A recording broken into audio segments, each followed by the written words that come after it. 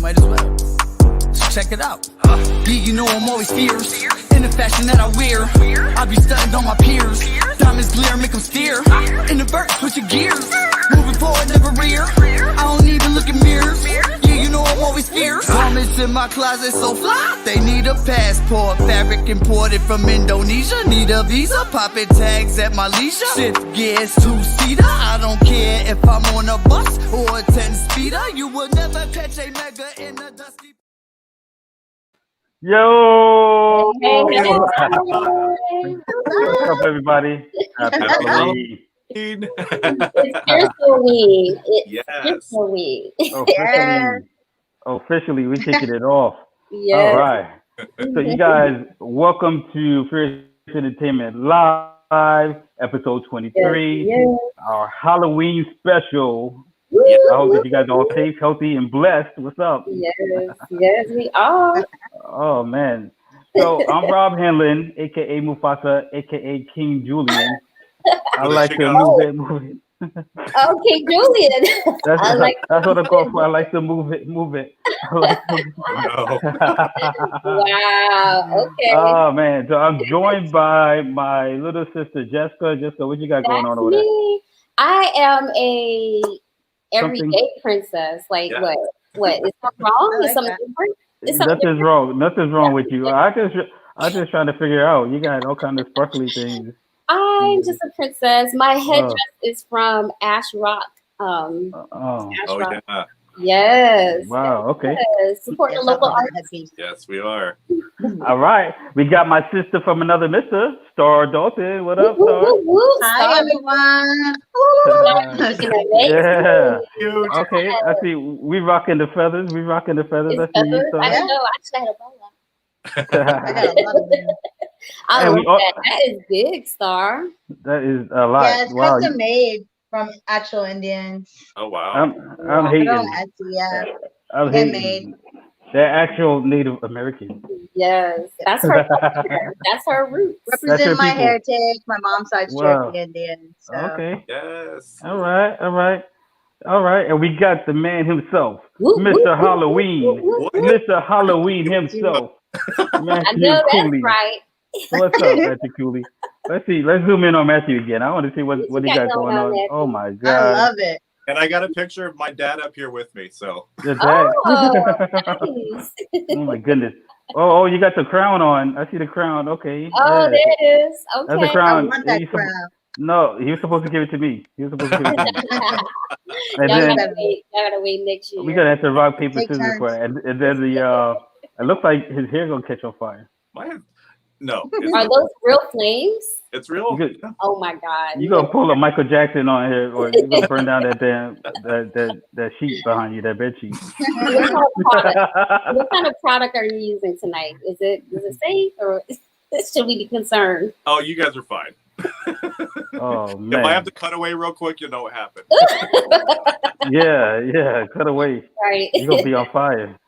You're gonna be my singing, Matthew is on fire. Like this show tonight, we are going to be on Oh, fire. Oh my goodness. All right. Amazing So- tonight, too. Well, yeah, tonight is amazing. I'm getting ready to introduce our co-host. We got a special co-host, a Yes, we good do. friend of ours, Mr. Tony DeMille, aka Tony the Mafia, in the house. Hey, there he is. I Yeah. didn't know we were doing costumes. I missed that memo. You missed that? Oh, so that's just your natural hair. That's just your natural. Well, luckily we have a bunch of costumes in this room. Uh-oh. He froze up. It's the ganja. The ganja. Going on. You guys got to check out the shirt though. Oh. Oh, Wow. Bling. That's bling bling. That look like the 18 Mr. T. I love it. What does that say? ATL wood. Yeah, ATL wood. I love it. Oh, you better my work friend's. Oh, man. It's my friend Scott's company. So Nice. yeah. How are you guys doing? Amazing. Good. Good, Yeah, man. it's good to see you guys. Fabulous, fierce and fabulous. Yes. Shout out to Lori. Lori says everyone looks fierce. Hi, My Lori. mom is like, wow, everybody. Hi, Mom. We having Oh, man. fun. We're having a good time. So Tony, if you guys are just now tuning in, Tony DeMille is an established actor. He's been doing all kinds of things. He's a your honorary bad boy on almost every film that comes out. He's either doing drugs, he's shooting up Selling people, drugs. he's selling drugs. Somebody up. Yeah, man. You So guys what? got to check out What's check it? out Manhunt on CBS. Manhunt? Yeah. Okay. Yeah, Yeah, I saw you promoted that. Is that out yet? Yeah, it's been out. My episode, I'm in episode 6 through 10. So Okay. I think 6 comes out this week or next week. Okay. Oh, nice. Exciting. All right. So Manhunt on CBS. Yeah, we're gonna have to. Yeah, we're gonna have to put that up on the screen. Yeah. Hey, how can before the end of the- how can I share this on Facebook Live are you guys sharing this on Facebook Live right now? Yeah. Yes. Pull out your phone and hit the share button. You can watch on your phone and hit share. Yeah, that's what I'm going on Facebook right now, and I want to Invite your friends, tag your friends, Yes. share button, Get everybody. Yes. make some Definitely. Yeah, comments, all the Yeah. party. It's so crazy Yes. because people love to like people love to jump on and watch. I'll get on and nonsense, and they'll you know what I mean. They'll just, okay, cool. Yeah, I'll share right now. I'm sharing it right now. This is awesome. All The right. future. Nice. So Tony, what was the name of that last movie that I just watched with Jamie Foxx? Not Jamie. Yeah, with That Jamie was Foxx. Power. Yeah. Power Yeah, on Netflix. I'm in it for like 4 seconds. It's so funny, man. How these big movies go. They're just like, I shot for 11 days, bro. We shot like I don't know how many scenes, 6 scenes, and I'm in it like that. But you're in it. Your scene. It's so short, but you're like the king, almost like the kingpin, like the guy behind, like all of the trouble that's happening. You know what I mean? I don't know about that. I don't know about that. You got to check it out. But because I watched like the whole movie, and then at the end, then you see Tony, and he's the one that's like putting everything together. Yeah. You gotta kind of watch it. But I will say that Jamie Foxx was really cool. He's like the coolest dude, like down to earth, just singing songs, cracking jokes, having fun. Like he's he's just a cool dude. That's awesome. Wow. Awesome. What an amazing person to work with. What have you guys been up to? What have you guys been working on? Yeah. Try not to get the Rona. The Rona. No, I'm not gonna lie. I was just in the hot tub, and there was and I live here in Lithonia, Georgia. And at the LA Fitness, there was this guy. He's Jamaican dude, singer. Cooley, we talked a couple times, but he was going off about, man, they're gonna do this to us and this, and I'm like, now I'm full of like conspiracy theories about the coronavirus. Oh, no. I was like, they're doing it to us on purpose, and it's so crazy. Oh, no. Let me Elizabeth tell you, giving love. Hi, Elizabeth. Hey, what's up, Elizabeth? Hey, Elizabeth, add me on Instagram. Hey, everybody listening, add me on Instagram. I need some more followers on Instagram. How can they find you? At Tony Mafia, right? Tony D Mafia. Tony D Mafia. Yeah. Yeah, let's zoom in on him real quick so we can see. Check it out real good. I like the ghosts and stuff. The ghosts and the swirling ghosts that you have, bro. Yes, What? Wait, what ghost? That must be the ganja, because there's no ghost.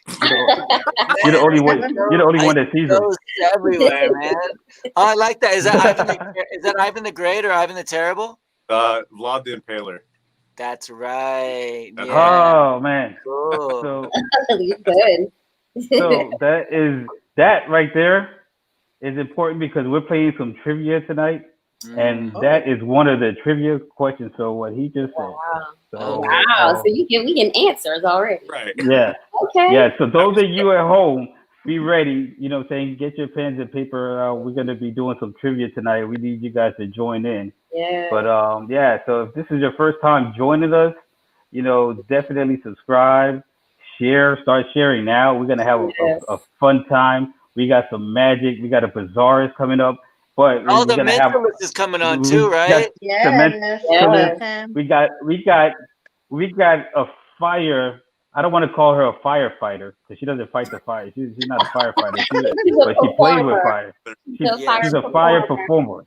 And Yes. she eats the fire. I think she eats the fire. You know what I'm saying? I'm I don't so know. glad you said eat because I'm cooking some bread in the oven right now. So like 30 seconds. Don't get freaked out. I'll be Okay. right back. Go get your bread, man. Go get your bread. Oh man.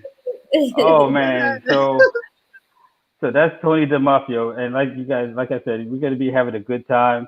And Yeah. this is the type of show that we want you guys to comment, to jump in, to be part of it.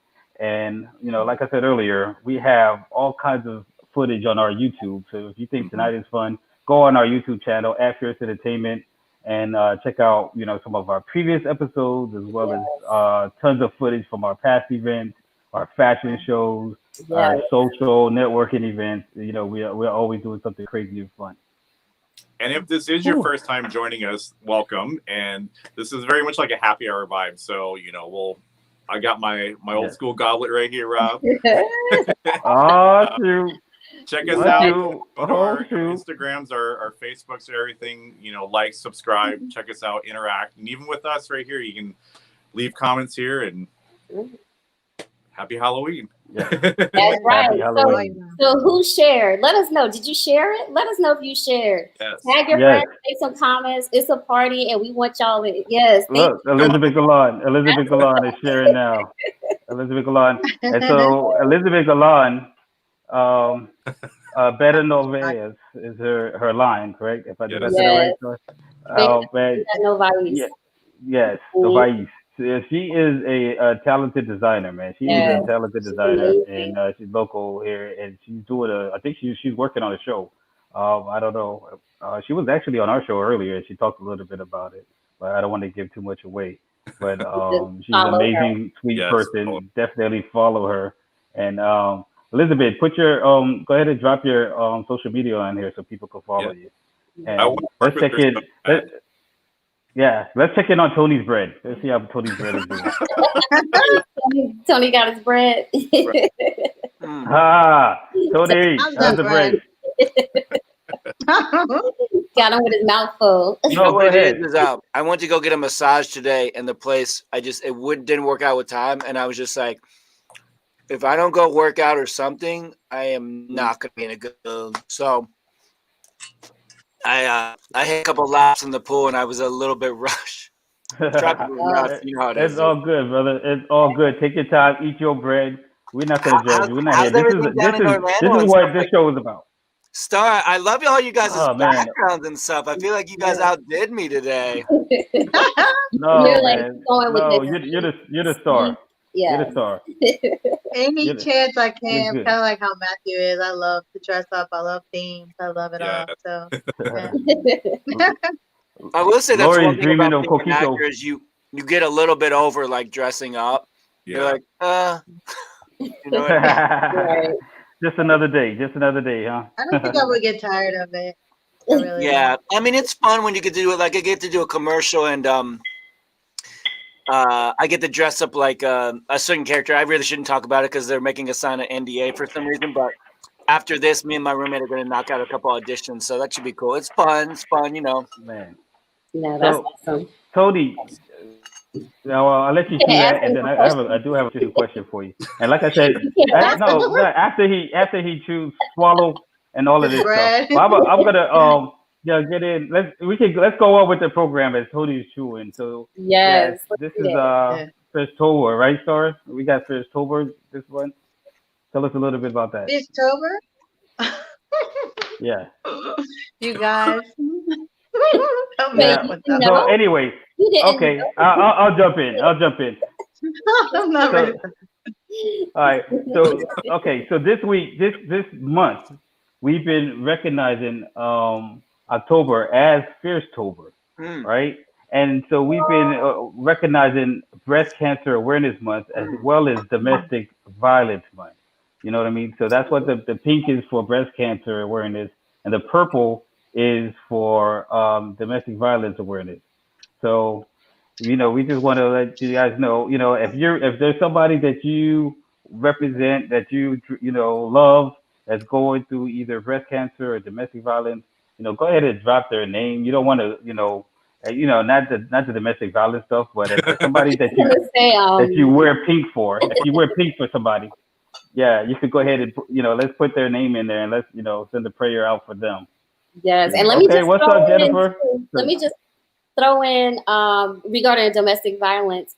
There is always resources. There's a domestic violence national hotline, and there's always 211. So you can dial 211 from your phone to get resources from the United Way. Just have us share that quick tidbit.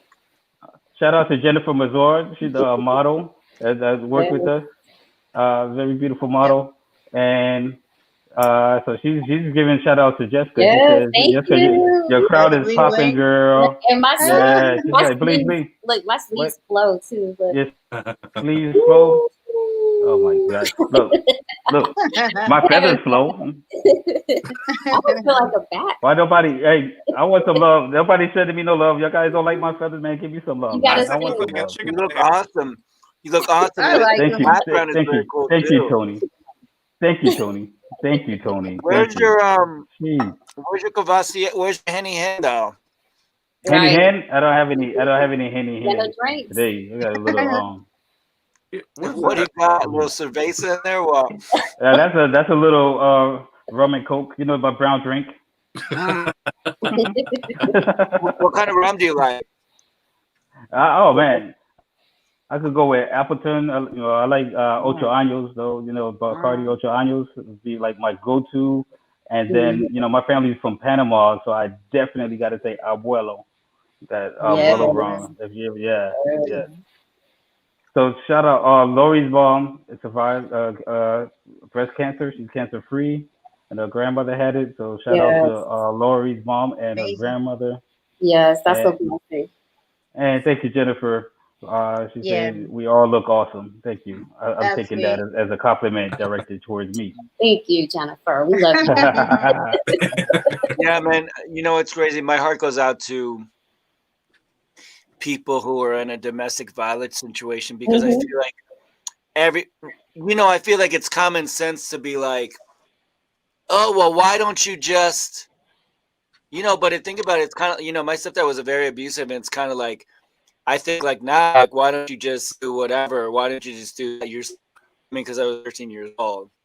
You know what I mean? And like, I feel like women feel like, and I've had friends who have been in all sorts of crazy situations, but including one who had a situation where she felt like she was afraid to leave because you feel so dominated by the person. Like, you don't feel like, oh, I can just go here. You're like, oh, well, they'll find me. Right. Because they make you feel completely dominated. It's such an insane, terrible situation. It's really tough. And as we talked about it in our mental wealth a couple times, or a couple weeks back, you should never blame the victim. If that's, if you're playing a supportive role and speaking to someone and they've opened up to you, the best thing you can do is point them to resources, but to ask them those questions and to question them and put them on the spot, it's not helpful. Yeah.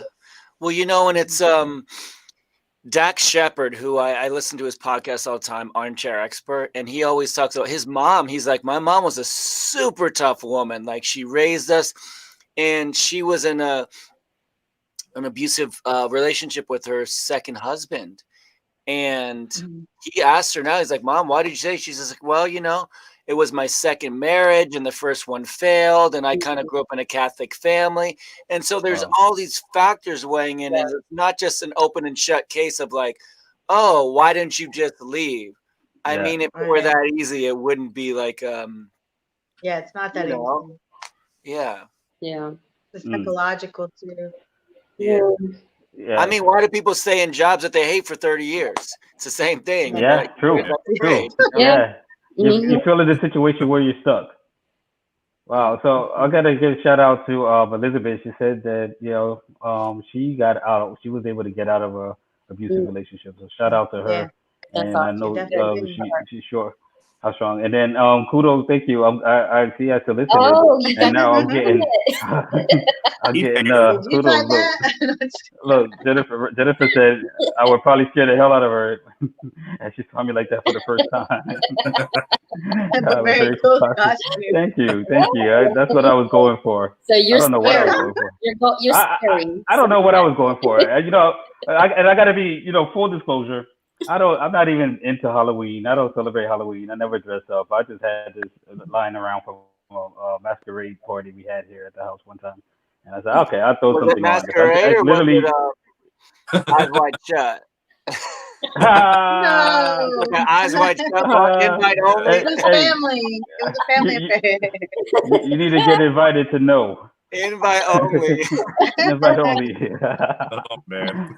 So, but I figured since we have Mr. Halloween here, right? Yes. I was gonna do it. So this is an honor for Matthew, who's Mr. Halloween. Yes. I wanted to participate in the fun, right? Yes. And so Matthew, I'm gonna put you on the spot for a little bit. So you're Mr. Halloween, and you work at Spirit also, right? Because I guess you just in the Halloween store. Is that correct? Yeah. It's just a temporary gig. It's amazing. It's a lot of fun. Yeah, you did that. I know you're doing that for fun. And so what you don't know is that I actually went by your job and secretly recorded you. And I got that footage right here. Oh, yeah. Here we go.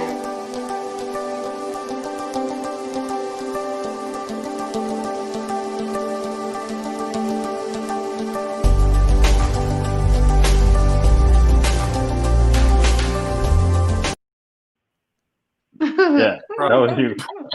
I got you. That was you. That was you.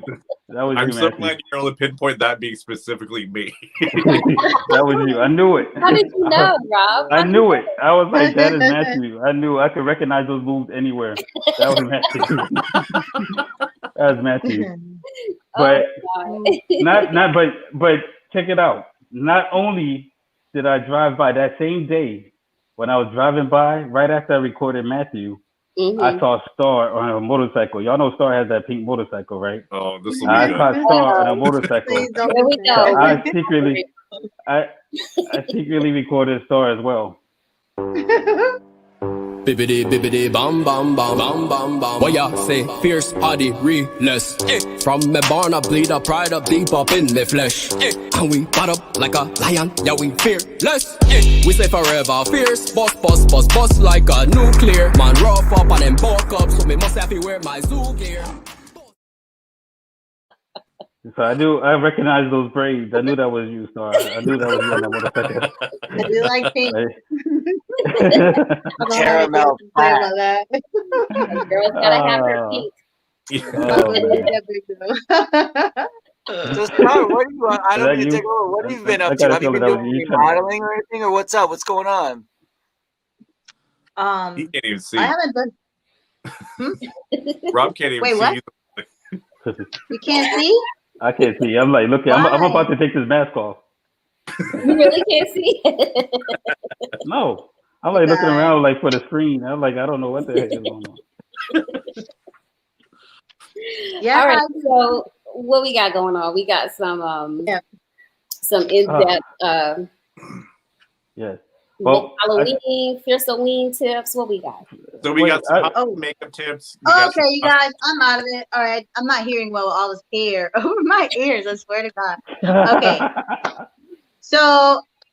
Okay. So there are so many tutorials out on how to do makeup for Halloween, and a lot of cool tricks out there too for fun costumes. And we have some footage that we want to share.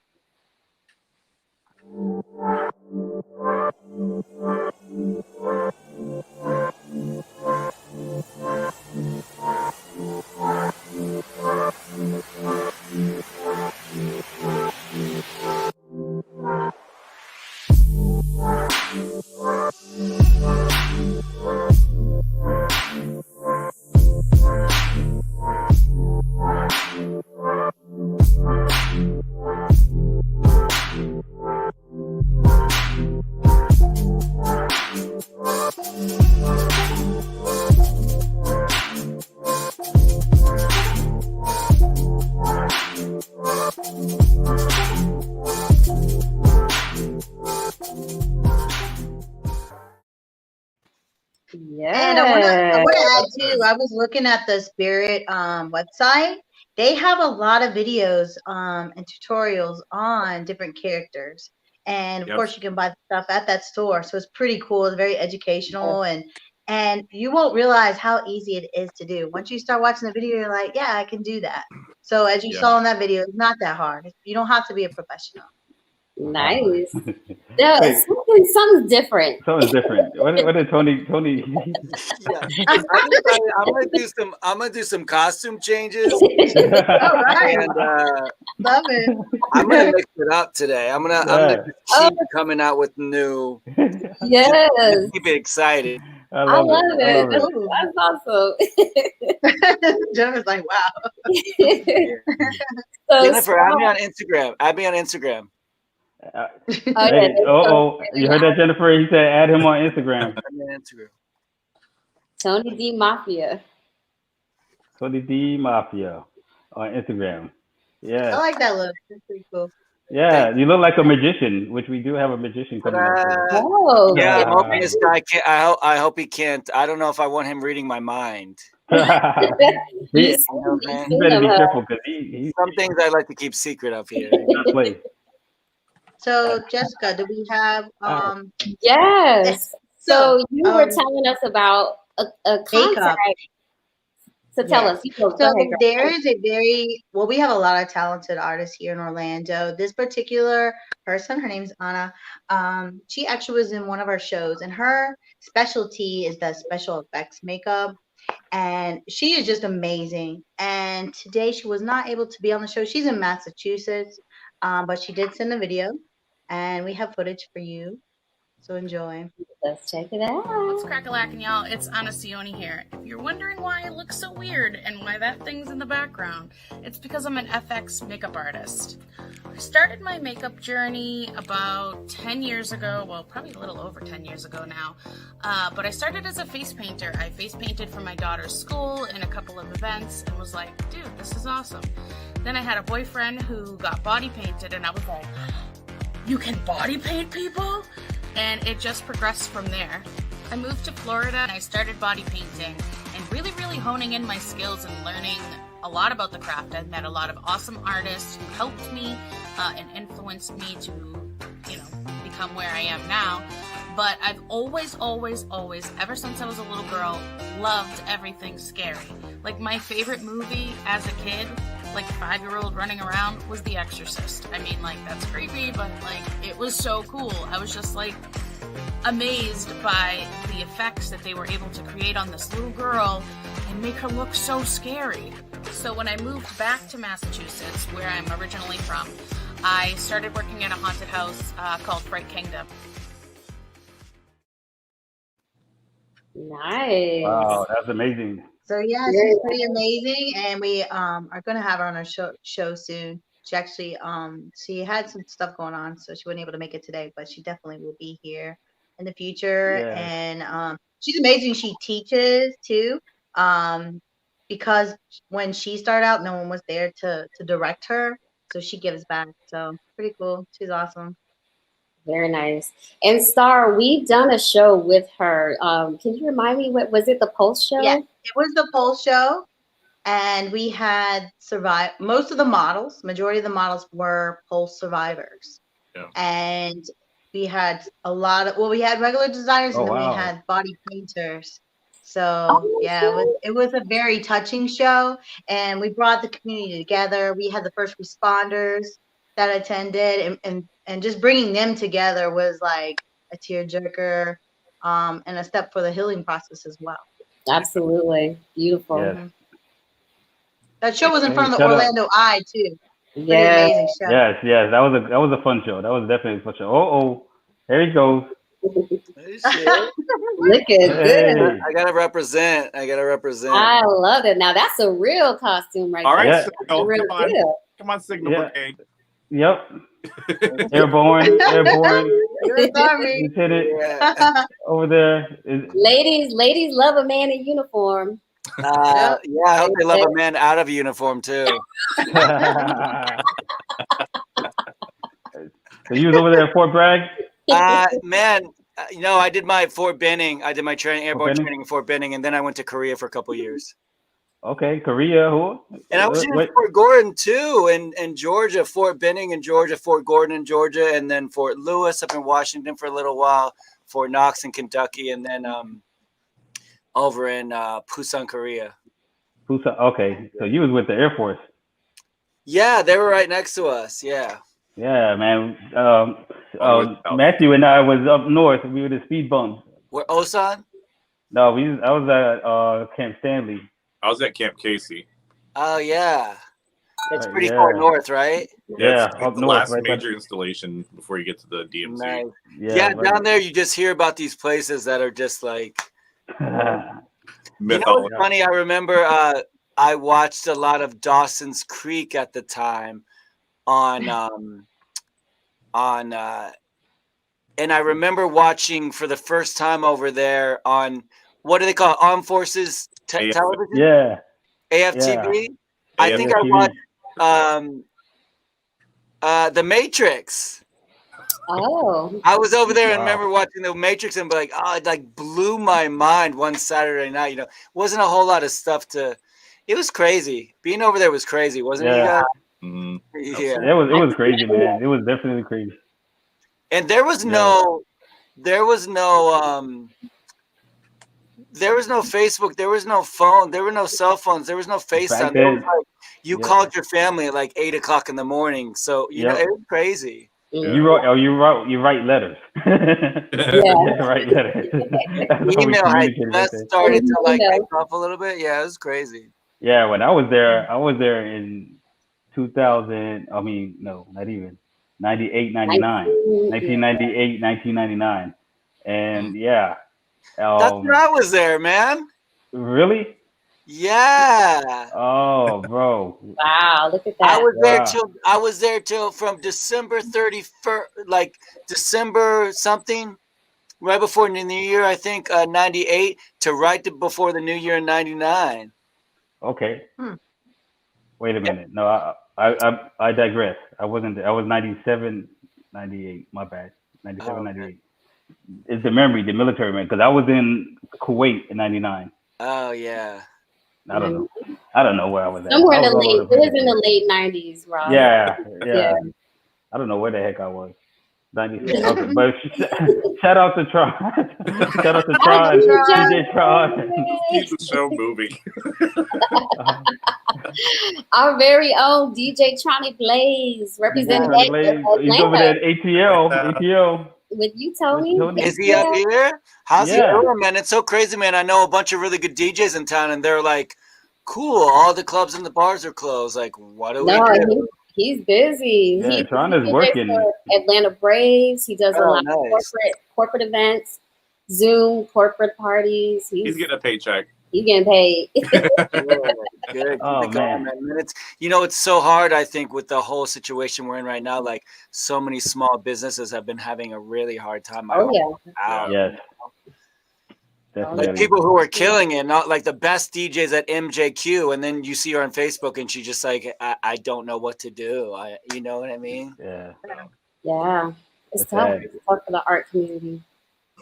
Well, let's get some fire. Y'all ready for some fire? For some blue flames? Yes. Yeah. Yes. Let's do it. Let's shout out to all the Disney entertainers who are struggling right now. Yep. All right, let's get ready, y'all. I didn't want to blaze over that. Oh, yeah, you're right. Oh. Yeah, I just wanted to make sure we remember all them because they're struggling right now, man. All my friends in entertainment in Florida struggling. Yeah. You gotta reinvent. You gotta reinvent the wheel. We just had a performer in our last show, and she's been at all the theme parks. She's opened up Holy Land, Disney, Universal, Cirque, so many of them. And yeah, it's tough. A lot of them are just waiting, patiently waiting. Yeah. Mika, that's her name, Mika King. Mm-hmm. Yeah. But amazing. All right. They'll get there. Yeah. Well, let's bring in blue flame. Let's do it. All right, let's do it.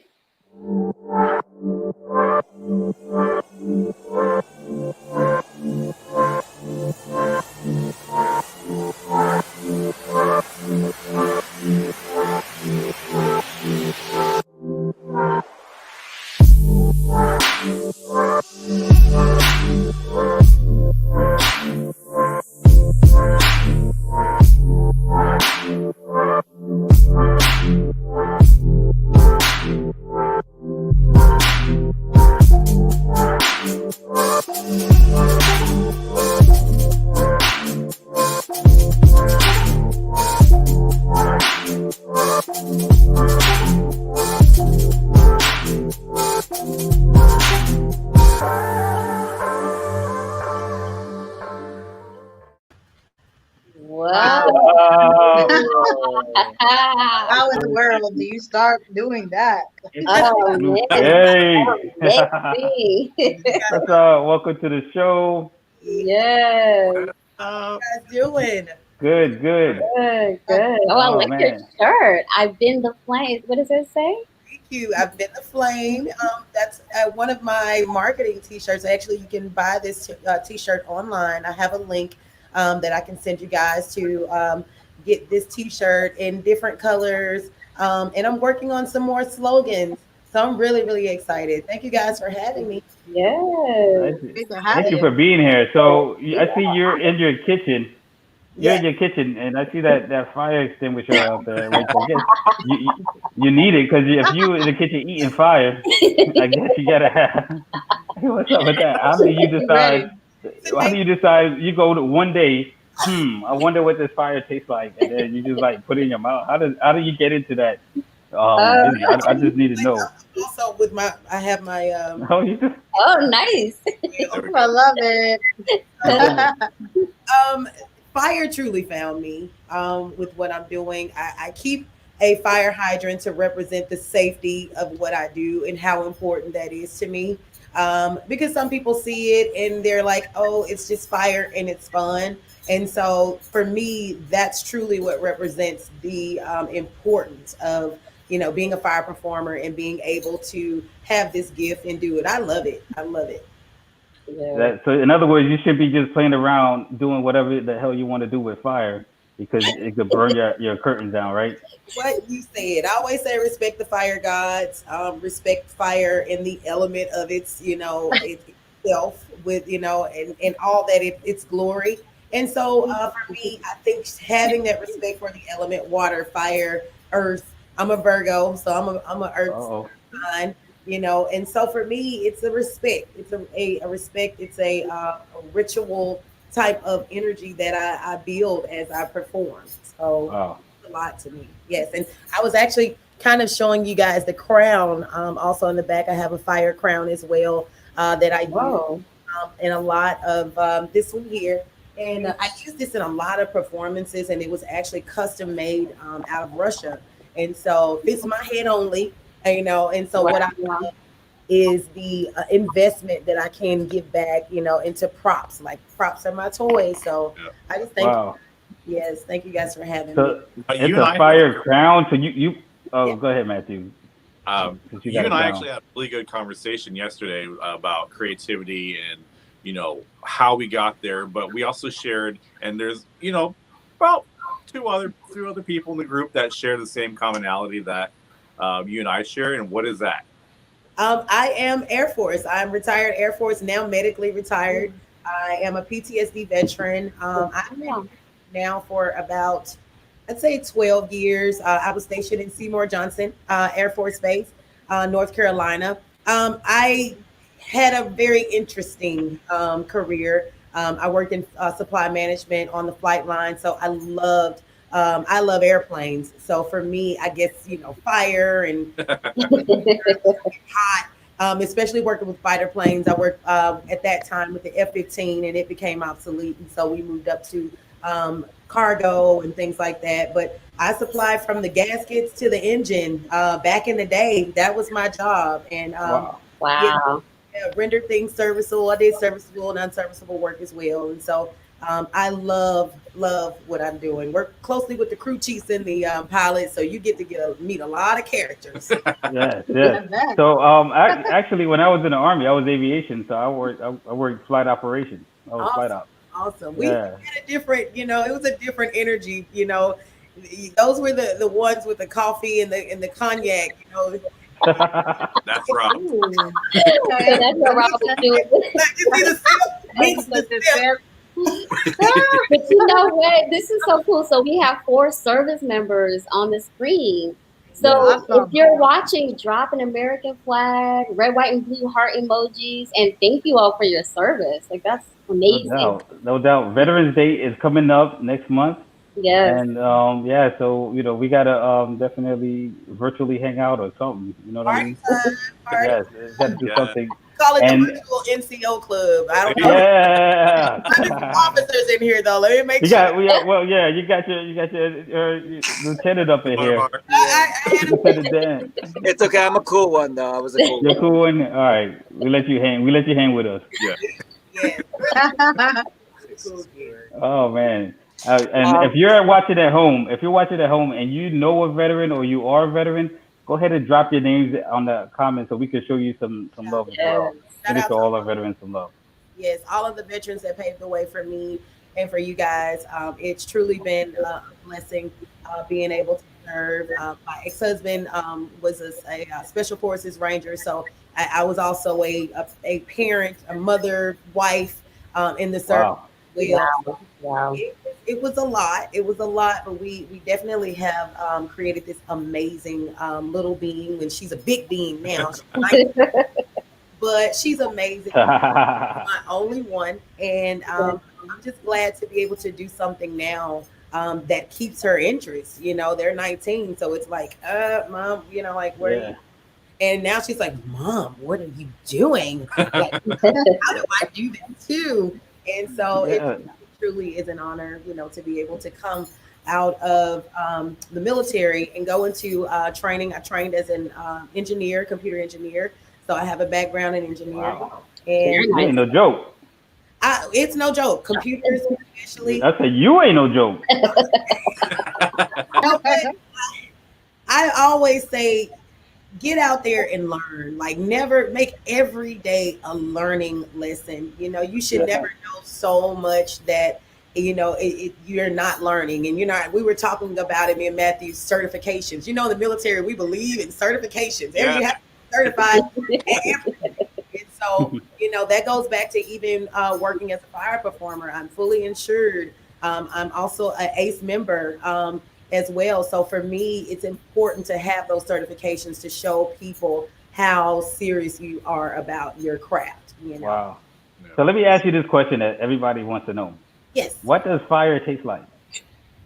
Air. Air? Is it like air? No way. No. Oh man. Like to even now, you know, someone asks you that it's air. It's truly an element, just like water. So water tastes like air. If you were to give this energy of what it tastes like air. So it tastes like an element, any element that you would add, you know, ground tastes watery. It's this, when you taste dirt, there's this airy, watery taste that you feel that just feels like the element. And it's no other way really to explain it. Everything is very watery, from, you know, fire, earth, water itself. So I can compare water, all of the elements. It tastes dirt, right? Wow. So Tony, will you ever eat fire? You want to taste some fire? Yes. No. But I am curious at what it feels like to perform in that way. Man, what happens? Like, describe to me how you feel like when you're performing and stuff like that. Wow, you're giving me the chills that I perform with when you ask that question, because it's so gratifying. It's like you were just talking about your workout. It's like working out till you can't work out anymore, but you have this gratified, I did it, you know, it's done. It's an exacerbation of healing. So when I come off, I'm asthmatic as well. A lot of people don't know that. That's also what's a part of my disability as a PTSD veteran. And so for me, being asthmatic and having that much energy, and my chest is rising up and down, there's this this energy of just satisfaction of being able to leave my feelings, or seeing someone else's feelings through fire, because I see souls through fire. It's so weird. I can see your eyes, and I can see and feel kind of where you're at in life. It's so weird sometimes. And can you see ghosts behind Matthew? I see dead people. Oh man, real Aisha, quick. are you located in Orlando? Are you here locally? I am not. I'm actually located in Memphis, Tennessee, but I am a traveling performer. I have performed in Panama City, Florida. I performed in Destin, Florida. And I'm looking forward to performing in Florida some more. I love Florida. And it was on the beach. So to be able to perform fire on the beach. Oh, yeah. That's Yeah, that'd be dope. Real quick, I want to shout out. I want to shout out Dustin Huffman. He was one of our previous guests and Yes. sponsors with New Age Chiropractor. And Aw, thank you, chiropractic Dustin. in, That's sweet of you. yeah, Shout out to he's over Dustin. there, New Age in Castleberry. Oh, look, what? Start modeling. He told you he had a Yeah, I girlfriend. wish I could show He you told you he guys had a my girlfriend. Yeah, he Yo, has what? a girlfriend You or wife. ready Don't try that. Stop that. He has a girlfriend. Oh, you talk about. I wish I could show you guys. We know how you be No, doing I with that was body not. I thing. say this is a closed back, so I can't show you. But Oh. I have the lion tattoo with the headdress on my back. Oh yes. Yeah. Don't worry. We saw all that. You guys look amazing. Everybody looks amazing. You guys are so cool. Love it. Thank you. And we got to shout out Interlude Entertainment. He gave a shout out to his dad, Anthony Johnson, retired senior master sergeant in the Air Force. Wow. Shout out Very to nice. Master Sergeant. Now how you say it back. Master Sergeant. Yeah, that's how you say it. Senior master sergeant. It's it when you say it. Y'all have a flashback. Yeah, so that's your crown. That's your crown. So yes, it's the fire crown. You can see it. I'm gonna tilt it up a little. You know, it's huge. It's actually a big crown. That's amazing. Spider web. And so this is this is a fiberglass wicking. So this is kind of like a different type of wicking that they do. It's an amazing wicking, which stays a little bit longer than the regular average size wick. I've had this now for about a year, which I bought this crown because I was doing a event for Crown Royal, and I wanted to stand out as a performer. And so who doesn't want to stand out as a performer with Crown Royal? And so it was such an honor to be able to order this and have something custom made for me for the event. And that was an amazing event. So wow. Yeah. So you hear that? So kids at home, if you hear that, if you want to stand out, go ahead and light your head on fire. Oh my God. Oh, that's how you. This is what I suggest for children. I'm also a multi-prop artist, and so I do fan silks, poi, as well as dragon staff. And these are some fan silks. Oh, that's so cool. And about blue flame fan silk. Yeah, that's pretty dope. Look how it flows. What is that made out of? These are made out of silk. This is an Indian silk that they use. It's a very, very specific silk, and these are custom hand dyed by a company called Lunar Wear. And so I'm actually, if you would like, they're in Lunar, LUNARWEAR, and use your code Blue Flame, and they're ready to get you. Yes.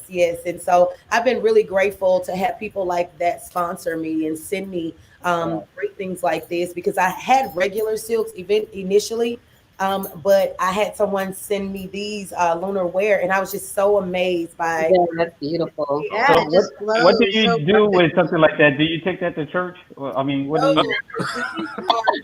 Fans. It's belly silk. fans. Oh, So okay. belly dance with these Oh. for less. You can For less. Oh, fancy. ride a little bit, you know, and smack it down real quick and let them know who's boss. Oh, shoot. Give them, Okay. Rub it down. Oh no. give them fake fire. Like I've done shows where they think this is the fire, guys. Wow. Right. And I just did a show last Sunday privately, because I do private bookings as well. And I had this lady, she was like, I can do that. And so then it was just so cute, because once she saw me actually pull the fire out, she was absolutely captivated. Right. And, just, really for me, it's a blessing to be able to show people that there are things that you can use to enjoy yourself, with props. You don't have to be a professional. But if you are playing with fire, I definitely suggest that you have insurance, that you know fire safety and fire science, through the roof. Those are Okay. So the kids should not light their head on fire. Then that's not a good idea. Get on fire. Don't do it. No hands. None of that. Nothing. Don't play with fire. Don't play with fire. Do not Oh play. man. Yes. And so I got it. Yeah, I got to correct myself. So I saw Interlude Entertainment come up on this thing, but that's Jamaica. Oh, that's Jamaica. Jamaica Johnson, award-winning record producer. Yes. And they sold like records on platinum, several platinum, gold records. Produced all everything from Universal to Disney. Everything. Hannah Montana. What's that? High School Musical, all of that stuff, man. So shout out to Jamaica, man. Thank you for watching.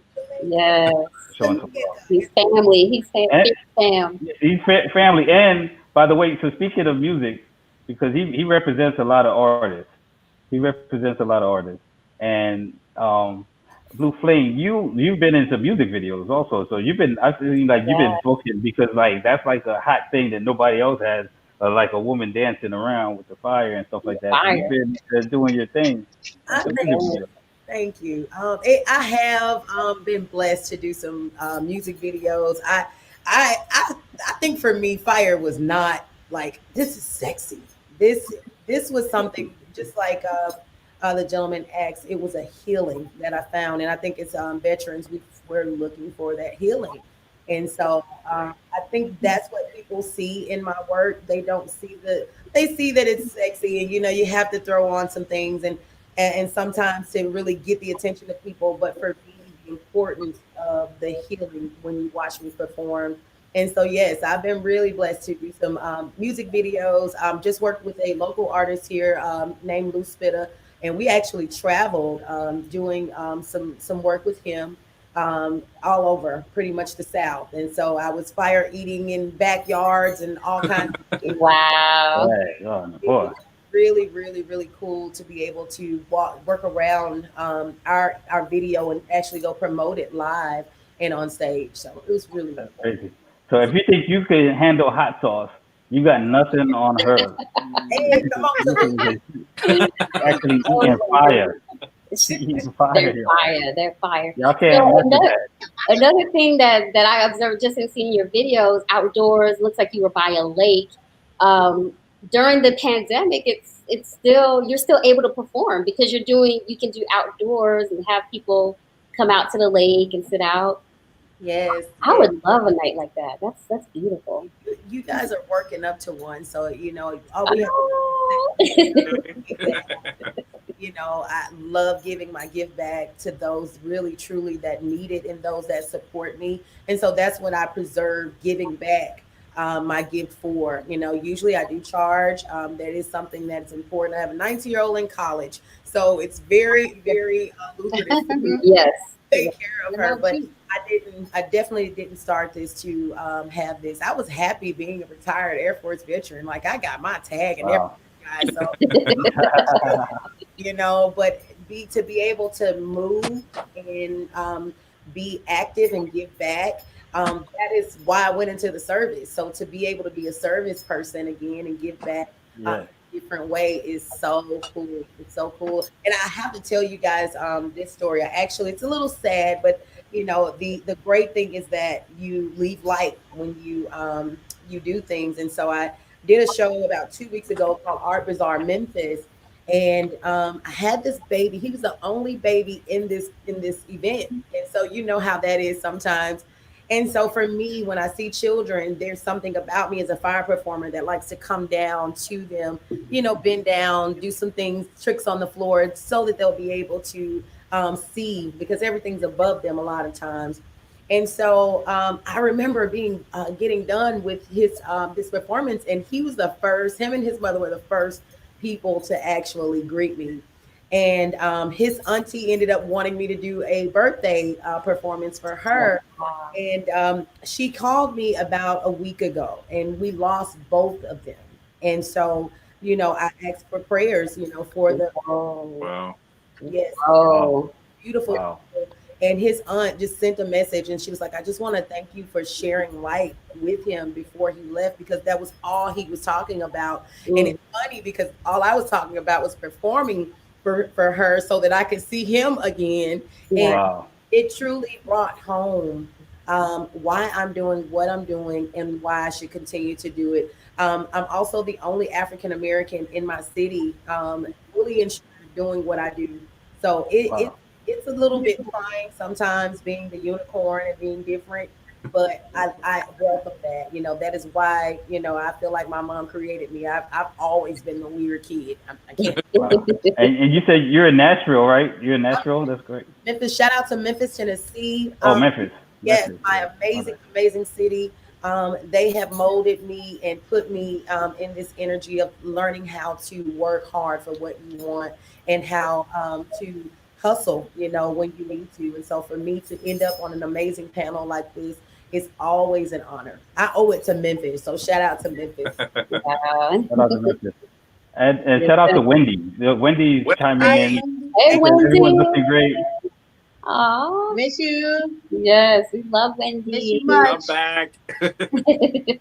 Yeah, we love That's Miss you. Haiti. That's Miss Haiti, y'all. Wendy. Oh, what we got there? Here we go. Oh, This is the voodoo queen. Oh, yes. voodoo queen. Oh shoot, so I must have been the voodoo king. No. Uh-oh. There you go. Oh. Yeah, I love it. You gotta take a picture. Somebody get a picture of this. Wow. Okay, I'm about to do it. You guys are thinking like me. I love that. You guys are thinking like me. Everybody is healthy. Yeah, definitely like hang with out the with you. fire and everything. The pictures look amazing. Like that would be an amazing photo shoot of a lifetime. Just be like spinning fire. Oh my God. Well, I think it's also really cool to, you know, I feel like no matter what your ancestry is, all of our ancestors had like tribal dances and songs and rituals. So, you know, that's why I enjoy doing capoeira, because to me, it gets me back in touch with like the Japanese who were oppressed, who invented karate, and like the Taiwanese who invented taekwondo, and the Africans who use tribal dances and different, you know, I just saw this really cool thing on the Beltline the other day that said that African women they were called cornrows because they would hide seeds and rice in their hair when they were traveling. So when they got to where they were going through abolitionists, they could plant corn and plant food and plant. Oh, wow. Yeah, I had no idea. I never knew. I never knew that. I love that you said yeah. I think that's what made me stick around. Sorry. No, I was just gonna say, and I think it's really cool that you know, when you do something that's like connecting yourself with the elements, it's like almost like you're getting to live your life and represent your ancestors, you know? Yes. I'm so glad you say that because it's tribal. The feeling you asked about, it's tribal. It really takes you back home to a home we don't know. Some of us don't know that home. And so for me, I feel like that's why I say it found me, because I wasn't looking to be a fire performer. Mm-hmm. I actually met a girl at I love going to bars and hanging out. And like I said, we're military. And so I was at this really eclectic bar, and this young lady was asking me about, you know, a business that she had. She was starting a circus. And we initially started talking about aerial. So I'm also fully insured as an aerialist. Well, I'm a training aerialist. And so this opportunity just came out of me going to have a drink with a good Judy of mine and being at the right time. Wow.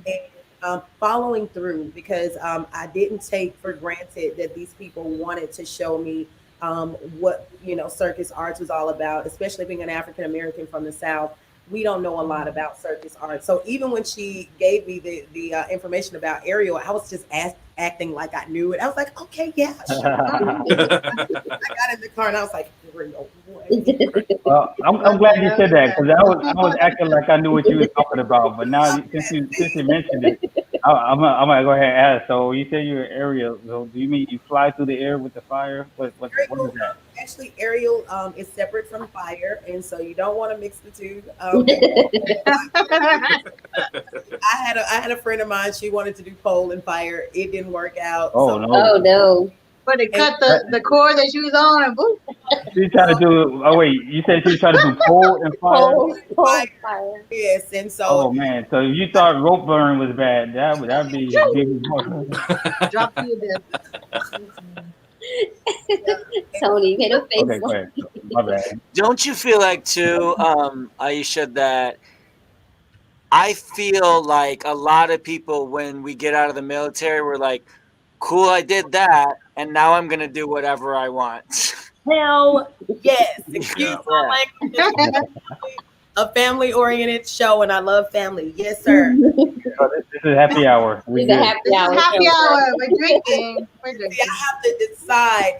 With fire, I want to sit with you guys, but I always feel like at work, if I was doing fire or not, it's something that's very important. Not mixing alcohol with your performance. It is so. Yeah, of course. That's why don't do that.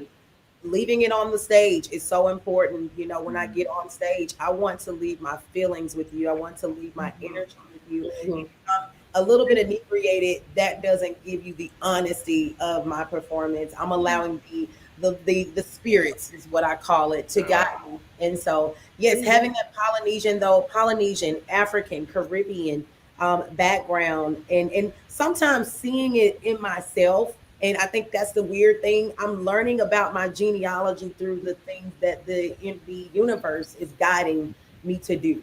I've always seeked for that understanding of who I am and what my DNA represents. And I may not ever know that, but I can show that through my art. I can show that through my modeling, because I'm also a model.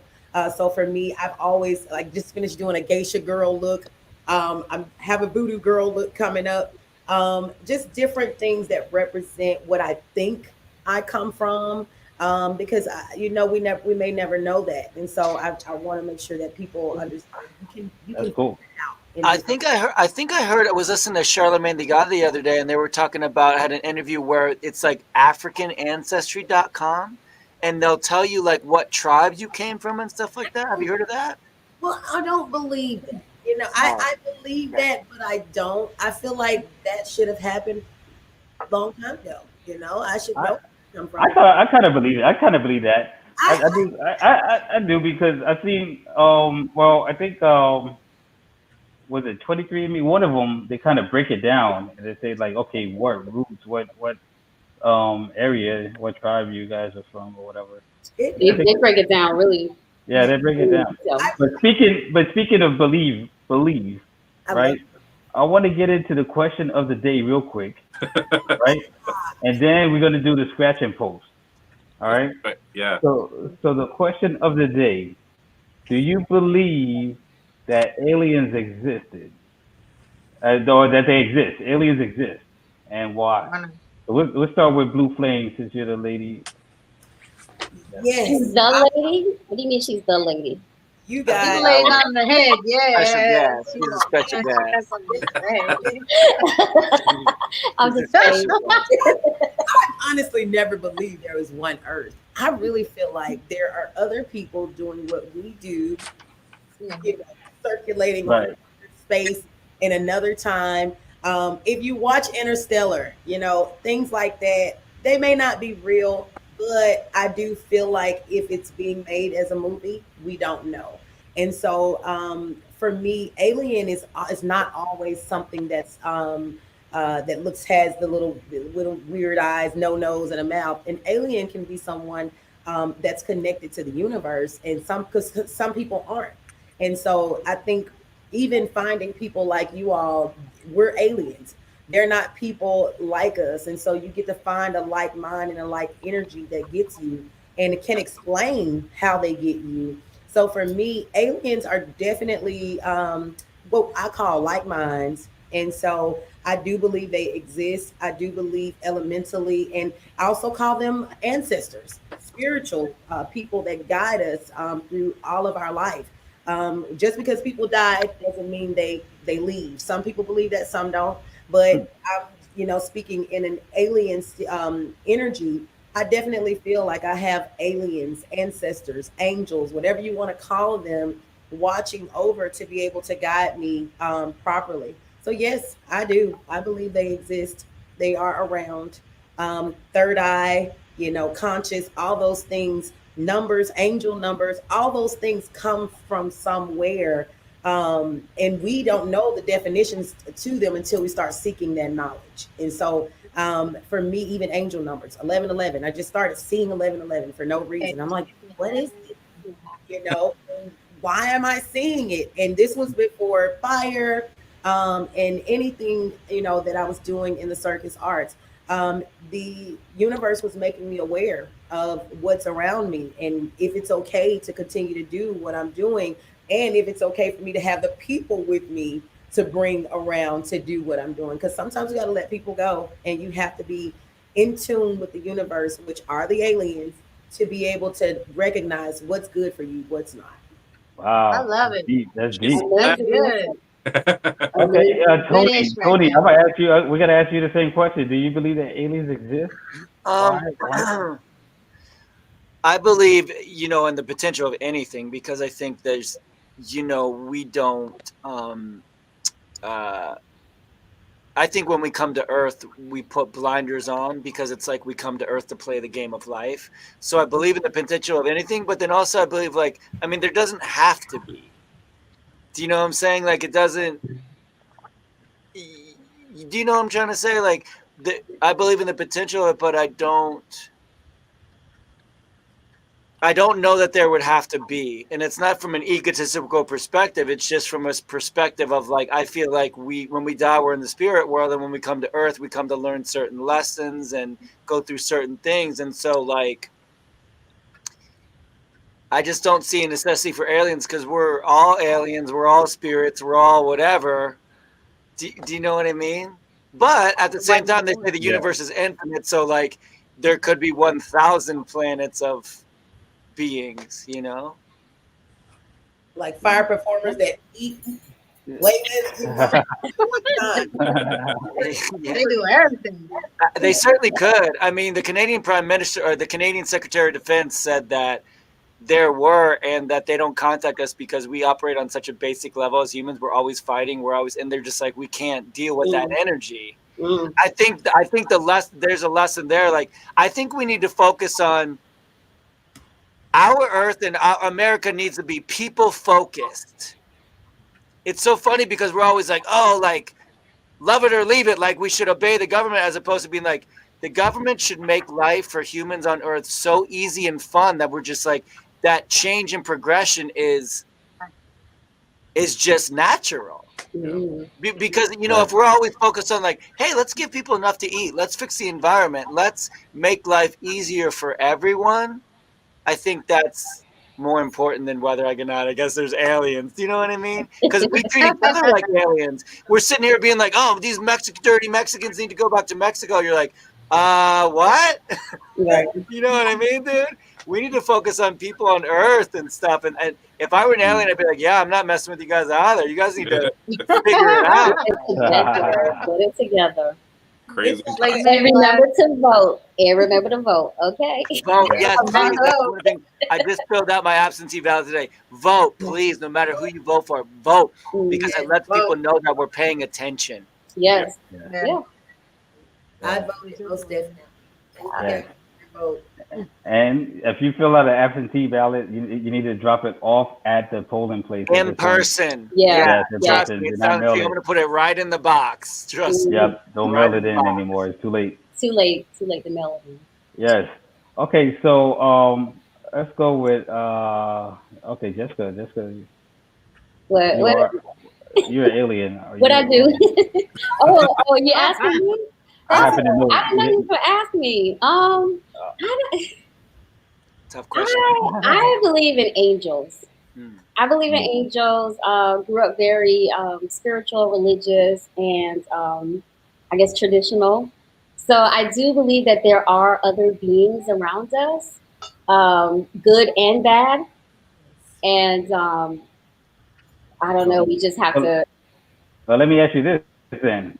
So if there's an angel that comes from another location, right? To this planet, would that be considered an alien?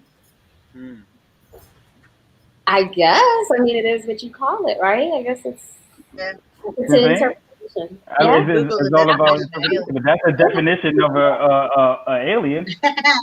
Can I piggyback on your answer, Jessica? Yes. So there was this news story where this woman was in a parking lot and she was going to her car and she sees these three guys and she can they're going to hurt me. She can feel their intention. So she prays to God. She's like, God, I need your help, right? So these guys get closer, get closer, get closer. She's like steady praying, steady praying, steady praying. And the three guys looked behind her, got freaked out and ran away. And they caught one of them. And this was on the news now. It's on the news. This guy says, they're like, what happened? He's just like, I saw this 14-foot man with a sword who looked like he was covered in fire behind this woman. This was on the news. Wow. Crazy, right? Yeah, so I just think there's so many things that we just don't know. And I agree. Things would blow our minds. Yeah. Right. Because we operate from a very much like A plus B equals C when Right. it's literally math is just like a language to explain in our very limited way. I think there's so much happening that, like, you know, if you think about it, like dogs and cats can see colors, whole spectrums that we can't see. So there literally could be like spirits in the living room, spirits everywhere, things everywhere that we can't even up, see. like, what is that? Mm-hmm. You know? And vibrations that we're just not tuned into, you know? Yeah. And like some people are seeing things floating behind Matthew. And But there's nothing there. there's nothing there. So if you see something behind Matthew, then yeah, you're I want to thank Matthew too for his amazing conversation yesterday. It was so good to connect with you. Yeah. So speaking of Matthew, let's ask you, what's your thoughts? I mean, yeah, I believe that there's something out there. Like I was raised in a very religious Jewish family, so like we have a very like ideas as to what the angels and everything, that sort of thing is very spiritual. And my grandfather was also Native American, so we have kind of like that influence as well. So it's a very interesting mix of like cultures and everything. And I don't know, like I love like learning about like, you know, stuff like that, mythologies and, you know, spirituality and everything. I think, yes, there are energies and spirits and everything that are around us that, you know, we may connect with, we may not, with like orbs that we see like in photos or like that sort of thing. It's just, you know, there's always going to be somebody around you or an energy, because I know that it's just one of those interesting things that I don't know. It's just, some people think like whenever I talk to like other people about it, like, oh, you're crazy. I'm like, I know that already, but right. well, and forgive me because this is a little bit conspiracy. I'm feeling like I'm very disappointed with our government right now. So I would say this, I think a lot of people, just like when they try to squash your dreams, they want you to think in a very like earthly, basic way, because if you don't think that way, then people can't control you. No. Yeah. Do you know what I'm saying? If you're like, oh, I know someone's watching over me, I know somebody's going to help me through this, then you're not going to go to a 9-to-5 job you hate just because you need to be a cog in the system. Mm-hmm. So, of course, people are going to make you feel crazy when you're like, no, I mean, I feel that there's something else there. Yeah. Right? I feel like that's what I'm getting from you, where you're just like, no, I know there's something else going on that I can't explain, you know? And it's funny too, like kind of piggybacking off of that is there was a couple of years ago, I went to my family's house for the holidays, and it was like, there's family photos of like, it was me and my aunt, my uncle and my aunt, like family photos. And then there's a picture of like my ex at the time, but in the photos of like all the family, there's little orbs in it. And then the picture of him, there wasn't anything in there. And I was like, all right, well, I'm a little creative and everything, but there's some consistencies that are right. Wow. It was a sign. And I pointed out to my family and everything, like we get that. So my grandfather actually passed away on Christmas Eve. So we're kind of figuring like, okay, this kind of makes sense and everything. So we were like, all right, he's here. So my cat who I had 8.5 years just passed away about 2 months ago now. Oh. Yeah, thank you. It was really, really hard. But the next day, I'm telling you, I swear to God, I heard scratching on the end of my bed, and then that morning, the very next day, I heard the cat door open and close. Wow. And then cut to a month later, my dad just passed away about 2 weeks ago. And my dad was nuts. He was a little bit obsessive compulsive, and he carried these little, when I went to his house right before, I got to see him right before he died. So I grabbed like some cool stuff, and one of the things was a cool leather jacket that he had, right? And I even have this picture on the back of my phone where he is wearing it. And I reaching in the pockets. He's just like me. He has everything in dental floss and whatever in all the pockets, So I pull out, those little dental floss things, the plastic ones where you can go like this. Yeah. He always had those because he was like a fidgeter, He had a lot of nervous energy. And so I was like, God, show me a sign that he's okay and he sees me. And I swear to God, so I was going to LA Fitness. I was like, man, I'm not going to park over here. I'm going to park over here today. And fucking right next to my car, get out. And there's a little thing. And then on the way to meet my friend to go paddle boarding, it was the day before, the day after, I pulled in a dollar store. I was like, let me pull in there. And I looked down as one on the ground. I was just like, okay, I get it. my God, We get it. And the same day it happened in a row, Yeah. Wow. You asked for the sign, and you got it. Yeah. Yeah, exactly. Okay, so Starr Dalton. Starr Dalton. We're gonna ask you right now. Okay. So with me, so my mom has the Cherokee Indian. So I've been like suffering and going through drama with her my whole life, for the fact that even as a child, like they have a little bit of a psychic ability. Like I could do something and get home and she's already attacking me, throwing. I haven't even told her what I did, and she's already like, I could have wrecked the car. And she already knows, like she's already throwing stuff, and my dad's like picking her up and taking her up, and then my dad didn't even know. My dad's like, "What are you doing, woman?"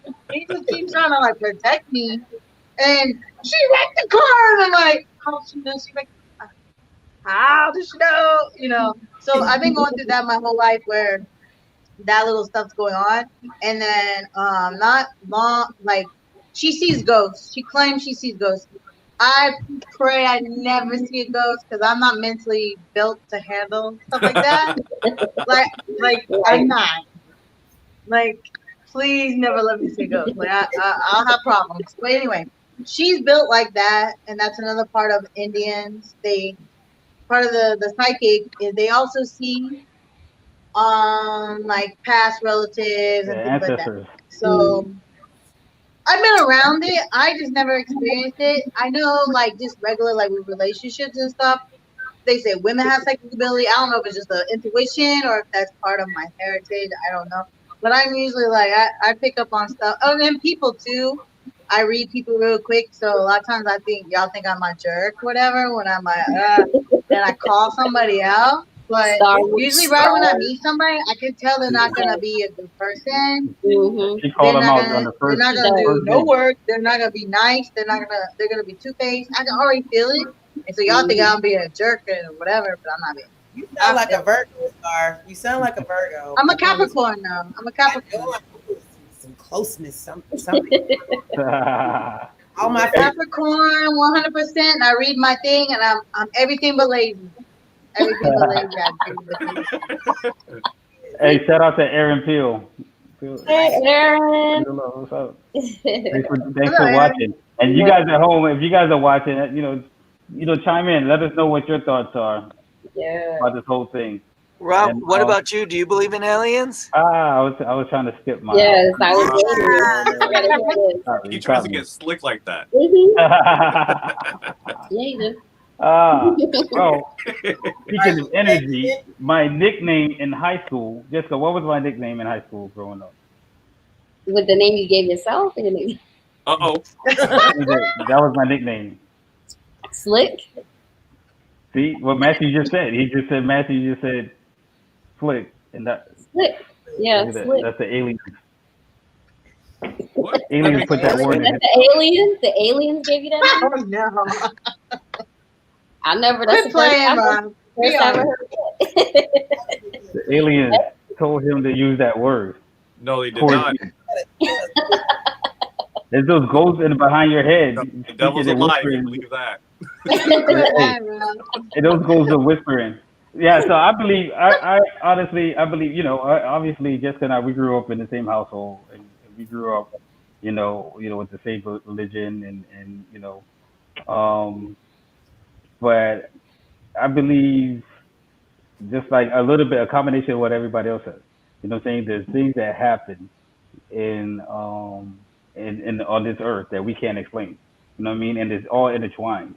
And there's a combination, I think, some people may refer to it as aliens, some people may refer to it as ghosts, some people may refer to them as angels, but and it might be all the same or a combination. You know what I'm saying? It might be a combination of different things, but there are definitely different energies. So the reason why, like, I would disagree or separate myself from the specific thought way that I was raised, religion, not necessarily the whole religion myself, itself, but I don't believe that it's just good or bad energy. You know what I'm saying? Or just everything that happens is the devil or God. You know what I mean? I think there's other things that we don't understand, like Tony was saying. There's frequencies that we don't understand. There's things that we don't understand. That's not necessarily evil, but that is not necessarily, you know what I'm saying? you know, and they're not necessarily meant to hurt you. You know what I mean? But then they might not be of God. They're their own entity, and some of it lives among us, and some of it doesn't. So so the way that I look at it, and we got Keith and Mercer in the background, so Keith is gonna read our mind and stuff like that. But the way I look at it is that we've been on this earth. This earth has been here longer than us, right?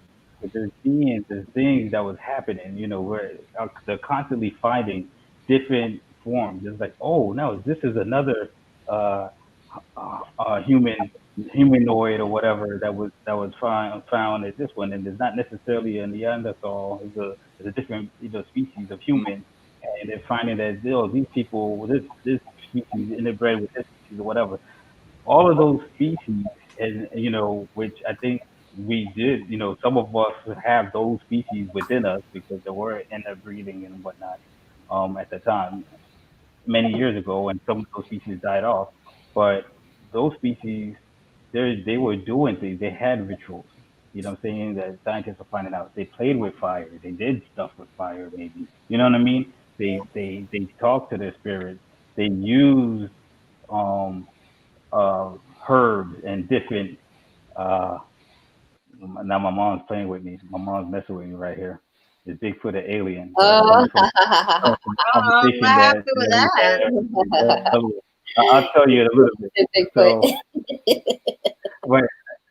when you hear the stories about, like, to this day, you go to certain cultures and like which plants to eat, which plants are healthy, which plants are poisonous, and which ones are medicinal. That stuff has been passed on from generations to generations to generations. And I believe that it's been passed on from species to species of other people that lived on this earth. You know what I'm saying? That communicated with people. It's not, you don't just know. You know what I mean? So some people would say, hey, you know, oh, God told me this and God told me that. Maybe it's God, but if you're in a situation where you live in a tribe and you're one of the first humans, and somebody or another being that's more intelligent speaks to you, that's God. You know what I'm saying? And not to say that there's not a God, but that entity might not necessarily be God. It's just another entity that is superior intellectually, intellectually, whatever. There you go. All right. But So I think too, right. human beings, we cannot understand, like, what God is. And it's so funny to me that so many people argue about like the name and the this. You just like, that's like a baby, like being like, oh, this car is better than that car. You're like, you don't know how to drive. You don't know what driving is. Like, you know, I think you're right, Rob. I think like there's so much we don't understand that like we could never comprehend the vastness of God. And if we could, we can't verbalize it. It's like a feeling, right, Matthew? I mean, it's yeah. You know, I don't need you guys to justify whether or not like that was my cat. I just heard the cat, or my cat died 2 days ago. Do you know what I'm saying? I thought it means something to me. So whatever made that happen, like I can't understand that, but I know that it happened. You know what I'm saying? Yeah, so I think you're right, Rob. Getting caught up in the whole like black and white and God and the devil and this and that, as opposed to like, I don't know exactly how things are. You know what I mean? Who knows? But what can you do? You know what I mean? I think arguing about things is like the most basic thing. It's like arguing with a partner instead of being like, hey, I'm not happy, you're not happy, let's figure this out. The argument is never going to be won. I got an argument with my roommate the other day, and after about 2 minutes into it, I'm just like, this argument doesn't matter. What matters is us getting along. It doesn't matter who's right or wrong. It doesn't matter. Right. That's like irrelevant. That's the ego. That's Unless you're arguing with Jess. If you're arguing with Jess, you always got to be right. No, I agree. You always have to be right, 100% of the time. So all right, so let's be right all the time. Hello. I mean, I'm right. But you be right all the time, baby. So let's move smart. on. So Jess, what do we have next? What's our next? I can't wait. So we have the scratch and post, right? Okay. Yes, we do. Let's do it. Let's do it.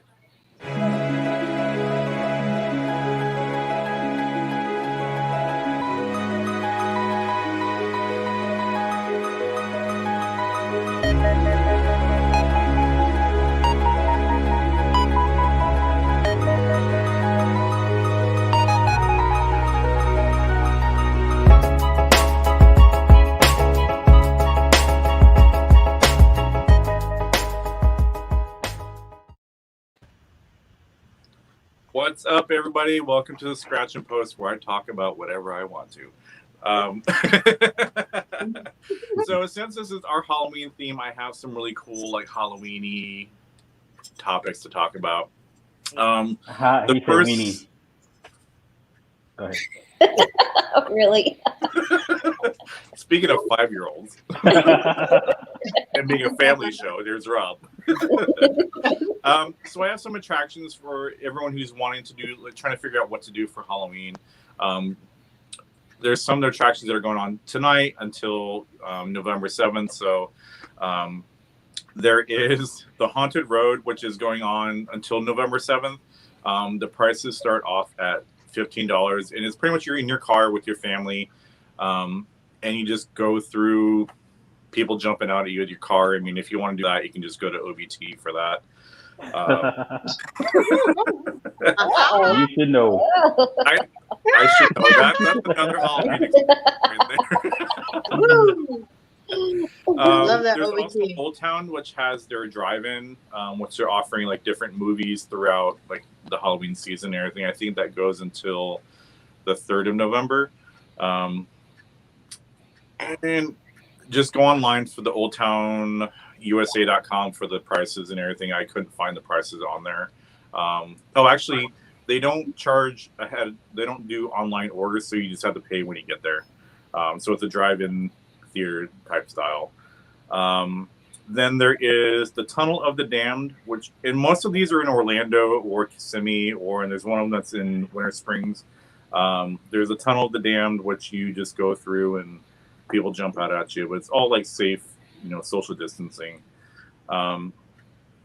With the Tunnel of the Damned, there's also like a dinner and a movie show. It's called the Dark Seance Dinner, which is a dinner and a movie, or a dinner and a seance, a dinner and a seance. So there's a medium up on stage, and she's, summoning somebody. It's the spirits and aliens that we've all talked about recently.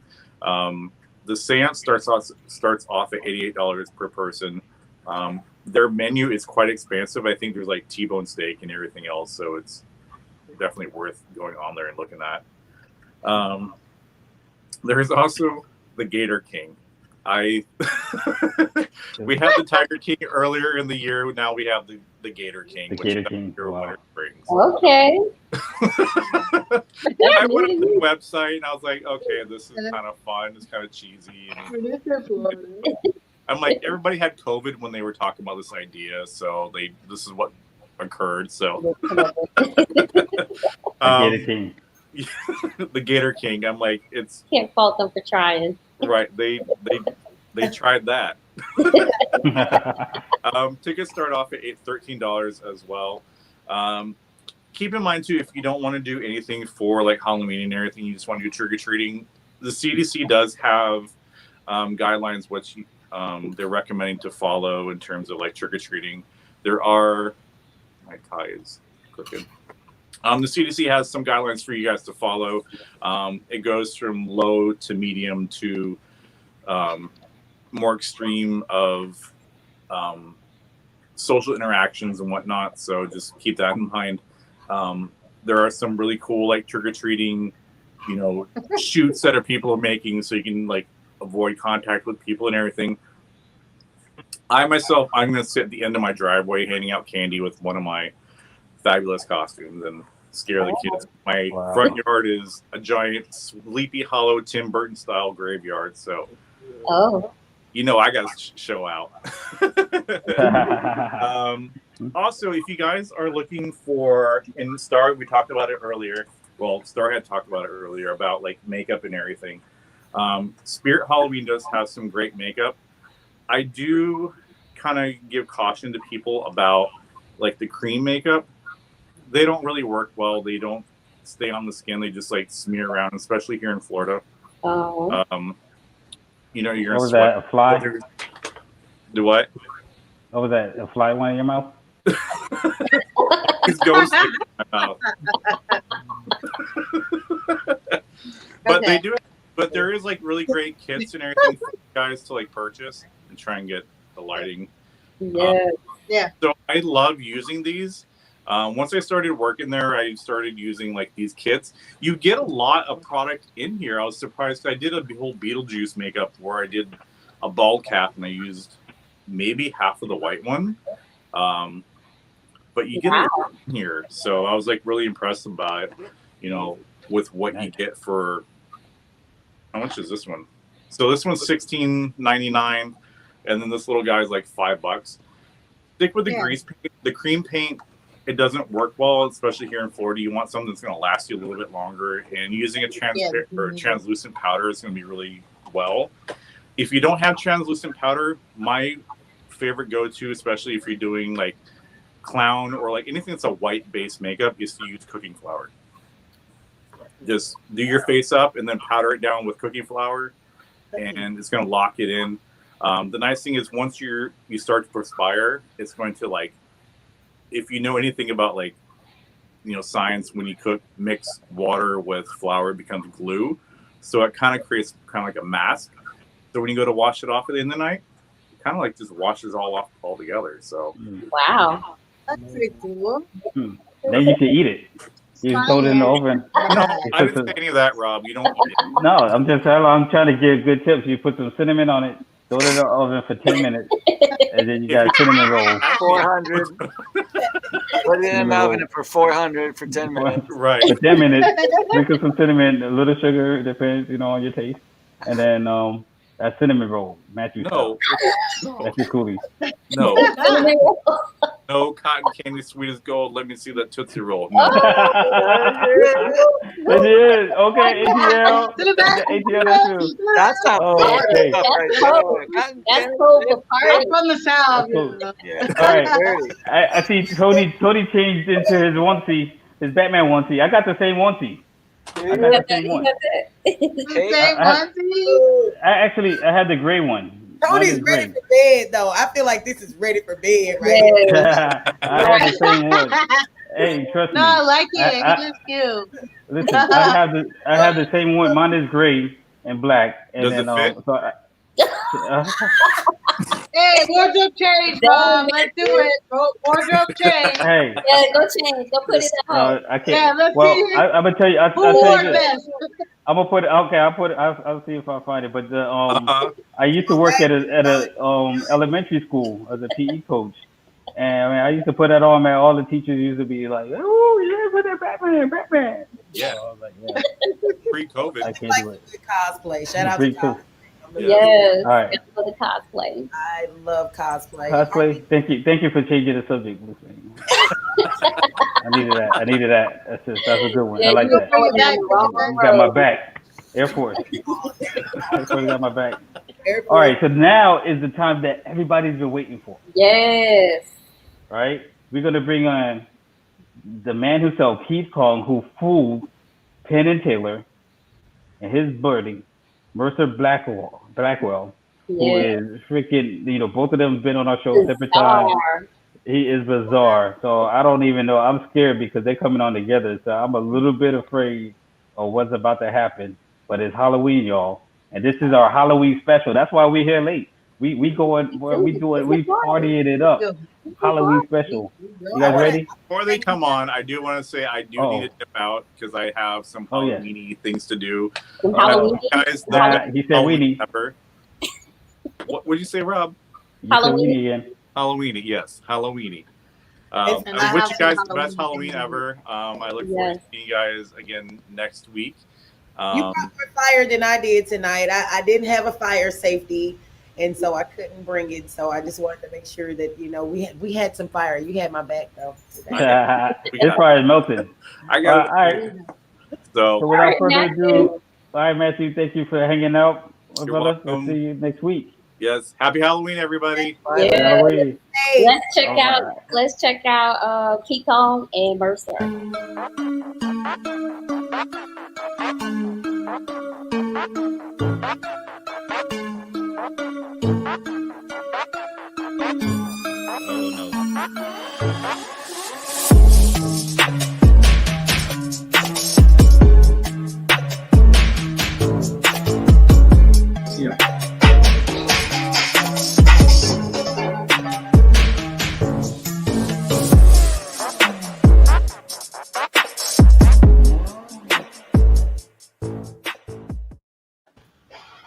All right.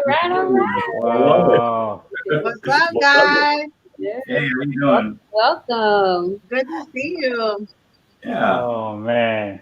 You guys always have something fun and exciting, man. So yeah, what do you guys think of the we got the whole couple of odd things, the reading sign, you got the lamp. Grab that? Yeah.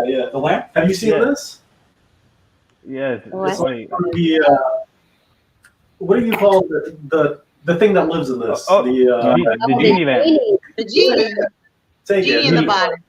It's like a genie lamp. Rub it. Make a wish. Does it have wishes on it? Try it. Let's see. All right. I wish for unlimited gum. Like chewing gum. Yeah, unlimited chewing gum. Yeah. Okay. Did it work? Are you chewing gum? Oh. I am. Yeah.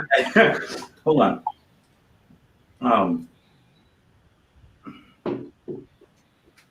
What? Whoa. Nice. Oh. Whoa. Right in front of our eyes. I guess that's unlimited. That'll work. What's up, guys? Oh my goodness. Oh my goodness. So you got a genie living with you? I guess so, yeah. But we'll get to this a little later. I would much rather have the genie living with us than the other possibilities. We're coming up on Halloween. We'll talk about that later. Yes. So yeah. Oh, panda. Panda. So you do kung fu. I love pandas. That sounds like Go roll pandas, down like a hill or something. Let me see. squirrel. You see a panda squirrel. Well. Oh my goodness. I love magic. That sleight of hand is Yes, nice. I wish we had the panda song. Yes. So go ahead, Keith. What were you saying? Just How you guys doing? Thanks for having us. Oh, cool. So we had to ask you the question of the day. Oh yes. Missed my joke. Today. Did you eat? Oh, Jessica, what was your joke? My I bad. said we're doing pandarific. Good. Yeah, good. Guys, this show is turning into pandemonium. Let's keep it together. Oh, that was awesome. That was great. But while we're in a pandemic. Oh, Pandemic Bandwidth. Oh, that was a good one. That's a good one. Presentation. That was a good one. Oh man, Back to so you guys. the question of the day. Well, we got two questions. Have you ever? Oh, Mercer. So we have a fire player with her on the show. A fire artist. Mercer, have you ever? We saw you eat razor blades, and we saw you swallow a hanger, right? Yes. Have you ever ate fire? Have you done that with fire yet? Yes. Fire eating is a regular part of my routine. Oh man, so you guys could team up, like the three of you guys could put on a dope show. Wow. I'm just throwing that out there. Yeah. That'd be nice. I started with a circus group, so I definitely am always open to, working with new flow artists. Flow arts is my energy. So I do a little bit, I'm learning juggling. I do a little bit of poi as well. So I'm excited to connect with you guys and see what we can come up with to bring the fierce entertainment. It'd be dope. Yeah. Oh. And we got a panda. Hey, no joke. Speaking of panda, though, remember that fashion show? We did a fashion show, right? and then one of our colorful designer, most colorful designer. He's very talented. Very creative. But you never know what you're gonna get. And so in the middle of that show, I said, first of all, it was supposed to be like 10 models limit. Right. Like He snuck in like 40 models. So the show kept going on, and we were like, where are these people coming from? Like, what's going on? And I'm like, he's having the show. He goes, he's got like 40 miles. Like 40 models. And then the last model that came out was a little person with a thong and a panda head. Oh, I love it. Like, what Yes. the heck? That's how we end all of our shows. Yeah. Yeah. I wish we were prepared for y'all to Yeah, That was crazy. fashion shows, fashion designers are out there, man. Oh yeah. They'll bring somebody out in like a garbage can and like a drum cymbal on their head. Yeah. Like they think different. Yeah. I hate that Alexander McQueen is no longer with us because that's that energy that he gave a lot of times. He was amazing. Yeah. So amazing. So shout out and much love. Rest in peace, Alexander McQueen.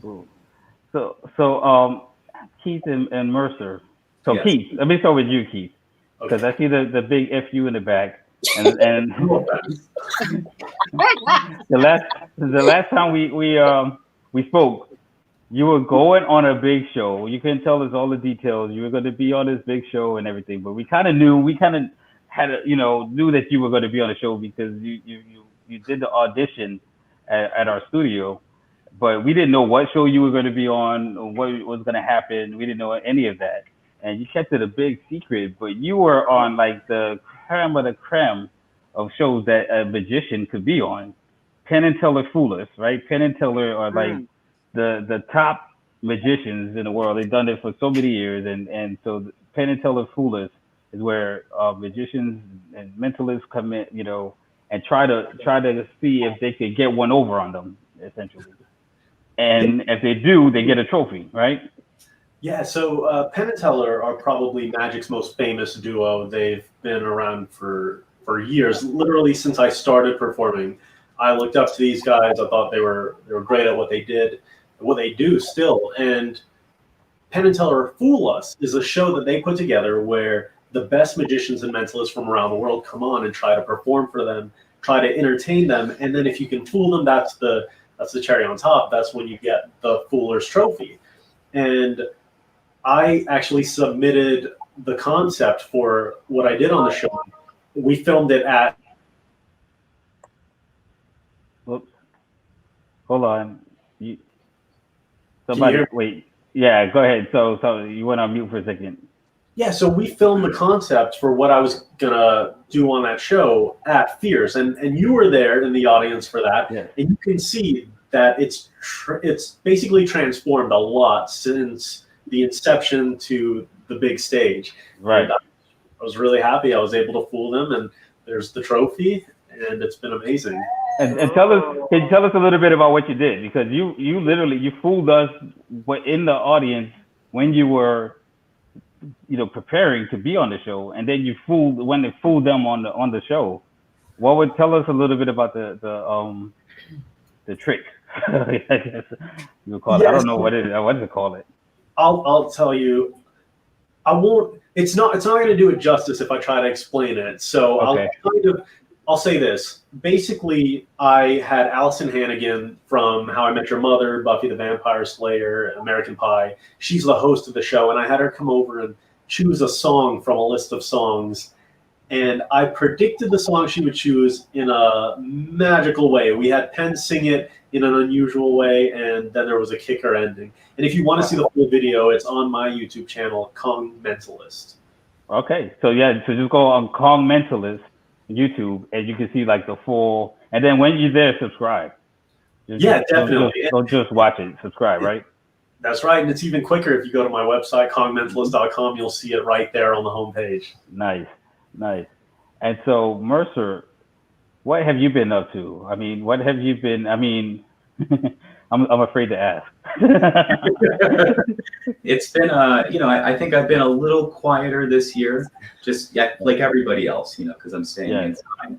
But primarily what I've been working on is a regurgitation routine where I swallow something and then I write on it in my stomach and then I bring it back up. Oh my God. Written, yeah. So that's the routine I've been working. I've been working into the show. Aside from that, making new content and making virtual content obviously has been what I've been up to. That's crazy, man. That is crazy. I mean, how do you practice? How do you rehearse that? What do you start with? Oh boy. So I can swallow swords, so I have some control already over my esophagus, but I can swallow something and then bring it back up. And then I start with paint and then I swallow that and then I bring that back up. Paint. And I use the paint as a, to kind of swish it around after I swallow the ball to write on. Oh my goodness. That's crazy. So That's Facebook. That's amazing. Can I go in? Because I love magic. My dad did like a little bit of sleight of hand and some magic shows when I was younger and stuff like that. Do you do mostly up close magic, or do you do stage performance, or what do you do? I do both. So I have a strolling show that I do, and then I have a stage show that I really enjoy doing. Sweet. And about the sword swallowing, I was just watching a sword swallow the other day. How do you, what did doctors say? What do they say about swallowing swords? And does it just go all the way down to your stomach, or can you feel it inside of you? Yeah, actually. So when it's very dangerous. That's number one. So essentially, when you're swallowing a sword, because of the width of it, you're actually pushing your heart over just a little bit. Wow. The tissue that the sword is following down to your stomach is it's thin, but it's sensitive. It's prone to irritation, so you have to be very careful with that. But the answer to can you feel it? Yes, I have a sword that's 26 inches, and I can touch the bottom of my stomach, and when I poke it, it's like being hungry. Right there. That's what it feels like. Wow. Oh, I got a good idea for you. Hear this out. Okay. The sword's 26, right? But 26. Okay. Shish kebab. Chicken. You know what I'm saying? Potatoes and stuff like that. Push that down. And then when you feel hungry, just zoop, pull it out. Leave that food in there. That's Rob's dream. Yo, That's your dream, Rob. Instant food. Rob's show would be like you go to see him swallow swords and he's just eating like Mine would be chicken wings. I was gonna say, stick it in, pull it out, just like Sylvester the cat from the cartoon. Mercer, let me ask you a couple more questions, if you don't mind, about the sword swallowing. When you put it in, does it trigger the gag reflex when like you're letting it? Yes, it does. Man, that's intense. How long does it take you to how long did it take you to perfect that? And what are some of the things that you wouldn't think about as being challenges? Okay, so I started when I was 15. I started practicing. Wow. So how did you start? I started, I think I read somewhere that people practiced with wire coat hangers from the laundromat. So I shaped those and then tried to swallow those. The coat hanger, surprisingly, I didn't know this, is a lot easier to swallow than a regular sword. It's a lot easier to swallow than an arrow. That's kind of the level one, but it takes, I would say, 2 months to really get all of it together constantly. No, thank you. I'm sorry, Rob. I don't mean to take over. I just no. Go ahead. These are great questions. What brought you guys to your career? So what you guys do? I mean, what attracted you to it? Were you like most of us on this panel, like nerdy in high school? Like most performers, our career choice is a result of a terrible accident in our childhood. Not for me. It's funny that you should ask about high school and stuff like that, because we've been friends since high school. We actually met in high school. And oh, wow. That's why you see us together a lot, despite the fact that our shows are completely self-contained. For the most part, he performs as a Bizarrist and I perform as a Mentalist, and we kind of consult with each other and work together behind the scenes, but a lot of people don't know that it goes back that far. Yeah. Wow, that's amazing. I didn't know that. That's crazy. Yeah, I didn't know that either. Have you ever been interviewed by a panda? No. Keith, I have one question for you, Keith. Keith, are you not to take anything away from it, but we all know it's a show. Like, I'm an actor. When I'm mad, I'm mad, but I'm not really mad. So when you do your, do you feel like, does it make you feel more separate from people? Do you believe in magic more or less because you kind of, the behind the scenes? You know what I'm trying to say? Do you kind of look at people who are like, oh, like, these people are dumb because I can fool them? Or do you feel like there's some, do you know what I'm trying to ask? Yeah, so I think that a lot of people in the magic community get it wrong if they think that fooling the other people is what it's about. Like, obviously you want the magic to be good inherently, but notice earlier when we spoke about Fool Us, I said that you want to go out, you want to entertain Penn and Teller, and if you can fool them, that's the cherry on top. Okay. It's really about entertaining and putting on a good show. And I think that it kind of makes me believe in magic even more, because if you look at the definition of magician, if you were to Google magician, the way that those definitions are ranked is in order of the most prevalent definition. That's where it starts, and then it goes down from there. So if you were to look at magician, just Google magician definition, the first result that you'll see is someone with magical powers. That's because people overwhelmingly view a magician as someone that has real powers. And sure.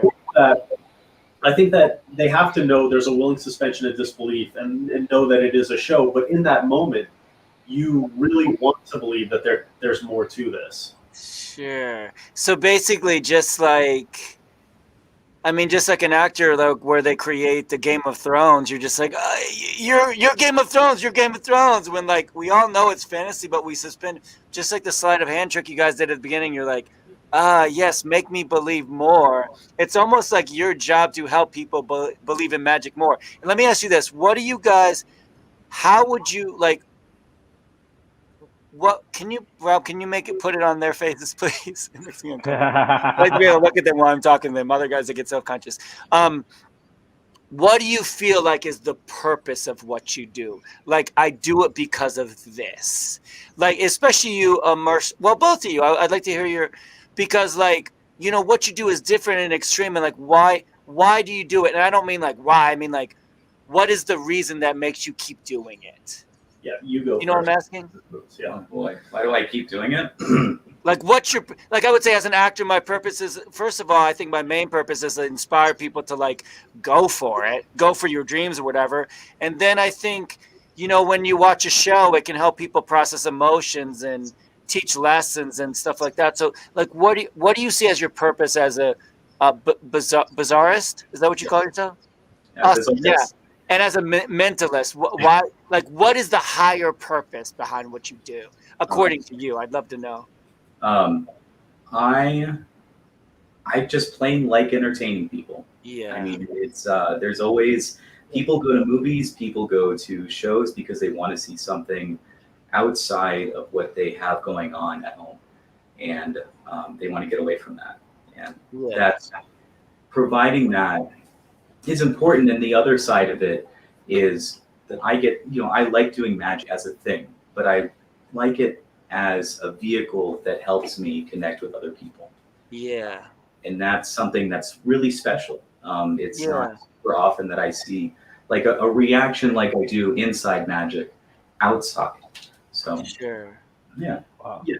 So I think here's the number one reason, and you can see this on my Instagram at Kong Mentalist. This guy's face right here. See if we can zoom in on that, get that to focus. There it is. That kind of reaction, right? That's really common. You see, these kinds of responses and reactions are the number one reason for me. It's because people are all going through boring, mundane things, especially right now in a pandemic. And when you can show them something that takes them away from that dull, boring, mundane reality and bring them into your new reality, it's almost like giving them a gift. And you see that and you love it. And it's the reason that Penn and Teller created a show like Fool Us, is because everyone loves that feeling. And as you get more in the know, as you learn more and more about magic, it's like a high that you're chasing. It's harder and harder to get that feeling yourself. So to give it to other people is really gratifying. Yeah. Cool. So do you guys have something for us today? Are you going to can you show us a little something? I mean, I don't want to put you on the spot, but you're here. I mean, this is kind of awkward, but I think I heard Jessica say earlier something about ghosts and that she wouldn't want to be haunted by a ghost. Is that right? Mm-hmm. Starr, and I believe in angels. Oh, was it Starr or was it you? It was Starr. Oh, is she here? Starr, no. Last time you freaked her out, so Starr took off. Oh, she's gonna hate to watch this. I have to tell you, because we were actually. This is really awkward, but we were familiar with these, right? Oh, yeah, the Ouija board. And Mercer and I, we were actually playing with this last night, and we were just kind of fooling around. We were like, how's it going to go tomorrow on Fierce? And all it would talk about was Starr. It was very active. And I was very surprised. I think a spirit kind of came through, and it was like, we follow Starr. And then I was like, that's strange. But I'll ask you, Rob, if you had to take a guess at what that spirit's name was, what would you say that the name of that spirit was? Oh, man. Why did you pick on me? You should have picked on Tony. I'm going to say Fred. Fred? Fred. Yep. Fred. That's crazy. That's what it said on the Ouija board last night. It said Fred. It said that the name was Fred. You didn't tell him, did you? I know, we haven't spoken about. Hey, okay, Jessica, if you had to guess at how Fred passed away, how Fred crossed over, what would you say? What was the cause of death? COVID. Oh, get him. Are you? That's what it said. Come on. No, I was there yet, but it actually said the spirit said that it was Fred, it was COVID, and it said that it was following Starr. You guys don't believe me? I mean, we can try to. No, I'm just thinking like Star's been hanging out all the time. She don't be wearing her mask. How do they know? You guys, look, we haven't set anything up, right? This is not. Do you have? We're going to try to contact the spirit just to prove this. Do you have some chalkboards? Yeah. Can you grab those? Yeah. Thank you. All right. So we have a couple of just some chalkboards here. You can see this. I'm gonna stand here. Yeah, we'll stand up. You can see they're blank on both sides and everything. I'm gonna say if there's a spirit here, and you hold on to this as well. If there's a spirit here, will you tell us your name and how you crossed over? You can feel it. It's starting to kind of shake a little. You feel that, and you're not doing that. No, I'm just holding it up. Check this out. Hold this. Isn't it? It says Fred. Oh my God. Oh, The virus. The virus. Oh my God. The virus. Whoa. That's no way. Chalk on there. That's So, I think that's Star's ex-boyfriend. It's maybe a little unsettling, but you'll have to explain that to Starr. Wow. Oh my goodness. How? Tony. What you got? Tony the Panda. I love it. I mean, I love magic. I think it's so great, and I think you guys are right. I think it's like it lets people believe in magic again. Yeah, that's not magic. Like that's real. Yeah, yeah, it's amazing. It lets people believe, like it lets them know, hey, there's more than meets the eye. I think it's great, you know. Yeah. And like you said, Mercer, I think, you know, one of the things that's really cool about what I do is like, first of all, I get to go to set and I get to go interact with people on a level that they don't. You're like, hey, what's up? And then you're yelling and screaming and kissing and hugging and doing all these things like right away. So a lot of actors, we can like access, just be super open right away. And then the other cool thing is when you tell them what they do, they're like, oh my God, you're a magician? Meanwhile, if you were just some dude who worked construction, they'd be like, oh, cool, whatever. But if you break them out of their frame of their boring, mundane existence, even just when you tell them what you do, I think it's great, you know? Thank you. So, Aisha, what's your thoughts? It's a lot like that for me as a fire performer. You know, I'm only 2 years into being a fire performer. So I was just Aisha before becoming a fire performer. And so now I was doing a set in Nashville. And so, you know, I'm doing, you know, some work and I have this guy and he's like, aren't you Blue Flame? And I'm looking around like, wow. Like wow. Don't have the understanding of what you're doing and how you're changing people's lives when they see that you're doing something so extreme, you know. And I think even for what you guys do, it's so amazing to see that you make people smile, like you make people happy. And do you guys do that? I mean, so do you guys get that too? Do you get that now, Keith? Now that you've been on TV and Mercer, I mean, yeah, from time to time, and it's pretty cool. Like yeah. I think for me, I still don't realize they're talking to me. That's the weird part for me. I'm like, who? Yeah, it catches me off guard more often than not. How about you, Tony? Do people, because all of those characters you play are shady, do people like come up to you and ask you for drugs? You know what's crazy is, so I live in we've talked about this before. I live in a basically like, it says 90, but it's more like 99% African-American community. Yeah. And I played a role on Sisters coming up on the episode 13 and 14, which let me just say it's not the like nicest dude in the world. And I'm just like ready for people to be like, they go to Kroger and stuff like that. Be like, oh my God, there's the guy. Oh my goodness. But mostly like people are, you know, just like Mercer was saying, like, I remember one day I was on a way to audition. I was nervous about it. And I stopped at this little, just a convenience store, a liquor store right off Fulton and Industrial. I was picking up a Yeah, gift. I know where that's at. I know where that's at. Yeah, you know what I'm talking about? Mhm. And this woman, she goes, "Are you an actor?" She's like, "I think I saw you on TV last night." And it was such a like joyous moment for her. It like made her come alive.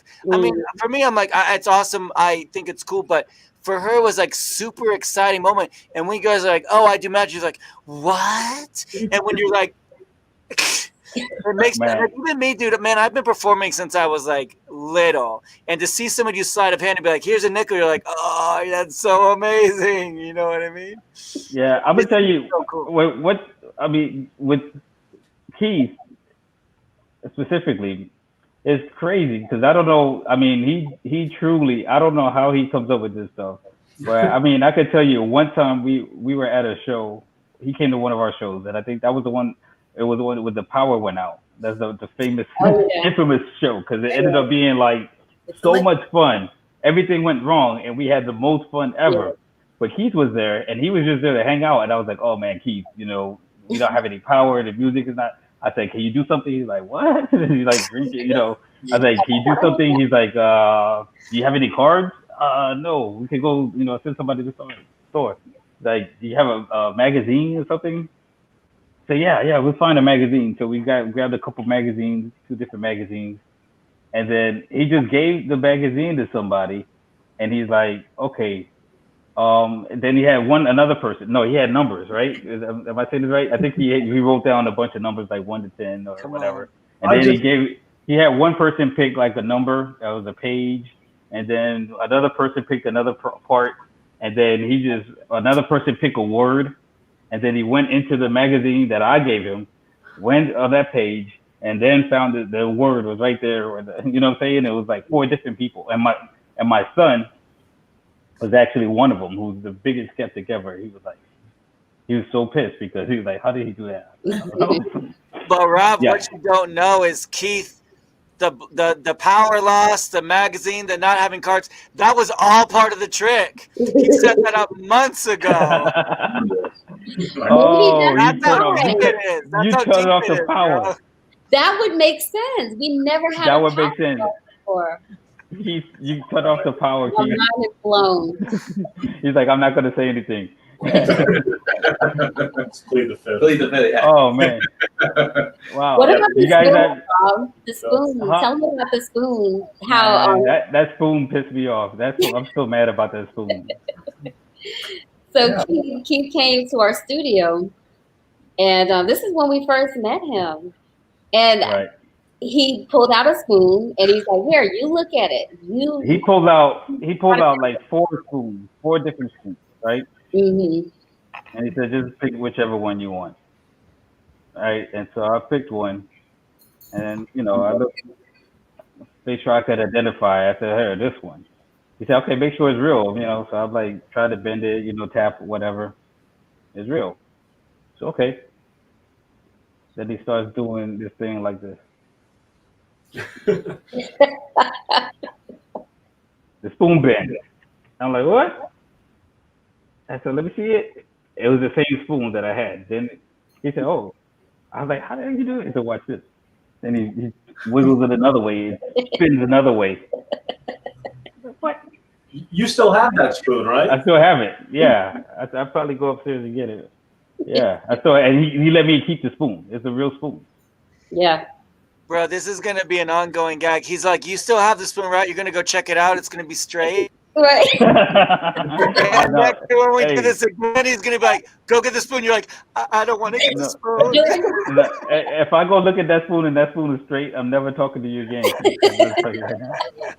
It's going to be like inside of a bottle with like a small neck, you know? Right. Can you guys, do you got anything else? See, I'm putting you on the spot. I can try something with, you got something? With someone here. So if I were to ask any one of you to name a playing card, chances are the men would say the Ace of Spades and the women might go for something like the Queen of Hearts. So that's obvious. We're sort of psychologically predisposed to that. In a moment, I'm going to ask one of you to name any card in the deck. But don't go for the obvious choice. Don't go for the Ace of Spades or the Queen of Hearts. I have a deck of cards here, and you can see it. It's just in this glass. But can you actually hold that for me? Sure. Hold that. Perfect. Will one of you please name? We'll go with Tony. Actually, I think Tony will be perfect for this. So, Tony, will you do me a favor and name any card in the deck? Say it out loud. Yeah. 8 of clubs. The 8 of clubs. All right. So I'll take the deck, and I want you to see. We're going to keep this. Make sure I'm not doing anything fishy. We'll find the 8 of clubs. There we go. You can see it there. Take that and set it aside. There we go.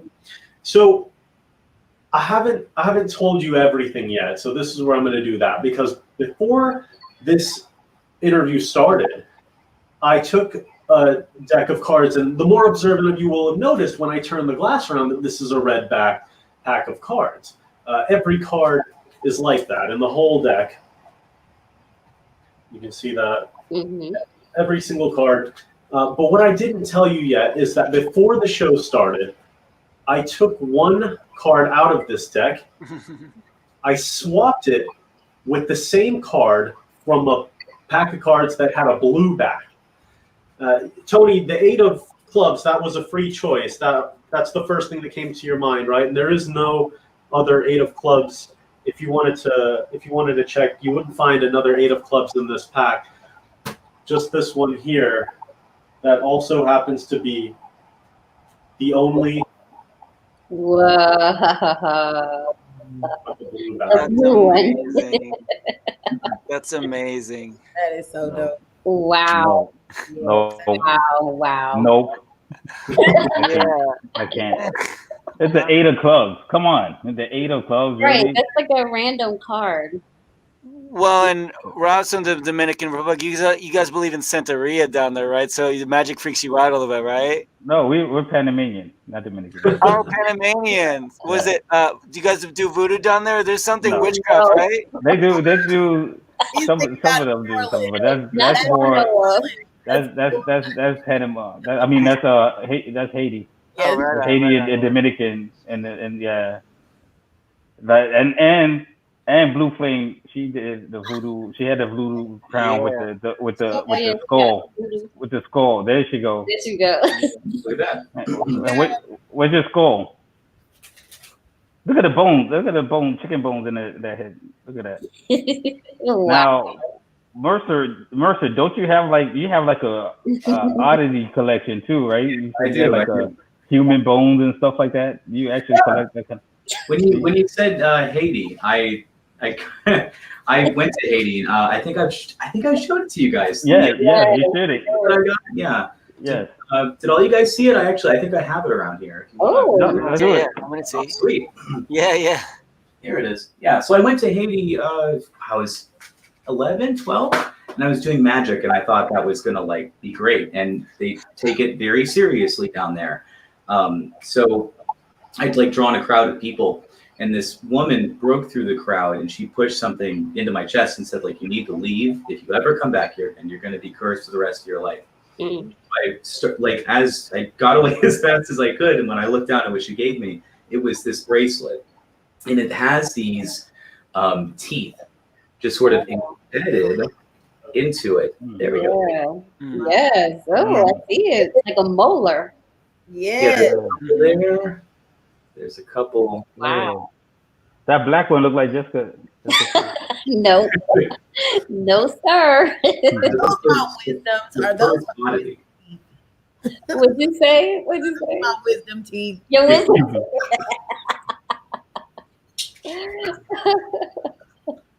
Wow. I'm enjoying you guys. And so that story, that was supposed to keep you away from. I guess I haven't been back, so I gotta say I'm not inclined. Wow. That's a good story. Yeah, man. I have a neighbor who is he's from Guyana, and he tells me crazy stories about people going to see I can't remember their tribe they told me, but they would give you spirits. If you wanted to go be a guy who gets a lot of women. They would take you through a ritual and do your body and everything, but you have to maintain like a certain diet and a certain practice and no uncleanness and stuff like that. Or like, I mean, crazy stories. He's just like, yeah, I mean, I saw it with my own eyes. It happened. You know what I mean? Wow. So it's really crazy. Yeah. Yes, yes, I love it. I love it. And we're all tribal. I think that's the amazing thing, that all of us are tribal, and we're able to share that. Super cool. Here's a funny thing. Well, it's not funny, but it's irony. Keith is actually Guyanese. I was going to Yeah, say, he is. my parents are from Guyana. Oh, really? Is that crazy? Yeah, it is crazy. I didn't know that. Yeah. Sometimes what for me is like, I really wish I knew where I was from. I can't tell you. I'm from the United States. I can say that, but I think it's you got to do your ancestry. Do what is it? 1, 2, 3. It's not the issue of doing the ancestry. It's now I'm almost 40, so I don't get to really enjoy the yes, this is who I am energy, and so I think that's the really hard part about being an African American and finding yourself. You really want to know that by your ancestors and not have to go dig for it and go through newspapers at the library to see who your great grandfather was. It's sometimes very, very intimidating. So, and that's a good point. I actually have I've actually put a lot of thought into that, because in a way I feel like African Americans should do that, because they should take back like ownership of their history. You know what I'm saying? So I feel like that's something that more African Americans should do, is find out like Tony was saying, like what tribe they originated from and what happened in that tribe, and some of the stuff we haven't gone back to Africa that far, but we know like from our grandfather that he was a Garifano, and the Garifanos, they were the ones on the slave ship that overtook the ship in the Caribbean, so it never made it to the mainland. And then they swam, and the native Indians took them in, so they kind of mixed with the Indians. So right there in that area, you know what I'm saying. So, but so knowing that history, is kind of interesting. You know what I mean? It's like, okay, cool. But imagining going again, it's like a sense of pride too. It's like it's a sense of pride. Like, yeah, we took over the ship. You know what I'm saying? But what happened before that? You know what I'm saying? And what tribe? And then it had to be a tribe that had the cojones to say, no, we're going to take over the ship. You know what I'm saying? So, yeah, I'm interested in that. So that's one hand. But on the other hand, what we're hearing is that what I'm hearing is that they're using, the FBI and all these, they're using the DNA for all these cold cases, which I'm not sure how I feel about that, because because let's say I have a cousin that I don't even know, which is possible with as big as my family is, you know what I'm saying, that committed a crime. They could, through my DNA, said, okay, boom, this person is related to, you know what I mean, and kind of take it down to him and arrest him, you know what I mean? And I'm like, okay, if you committed a crime, shame on you, but damn, ask me, you know what I mean? You know what I mean? So it's kind of like a violation that, how some organizations can use that DNA.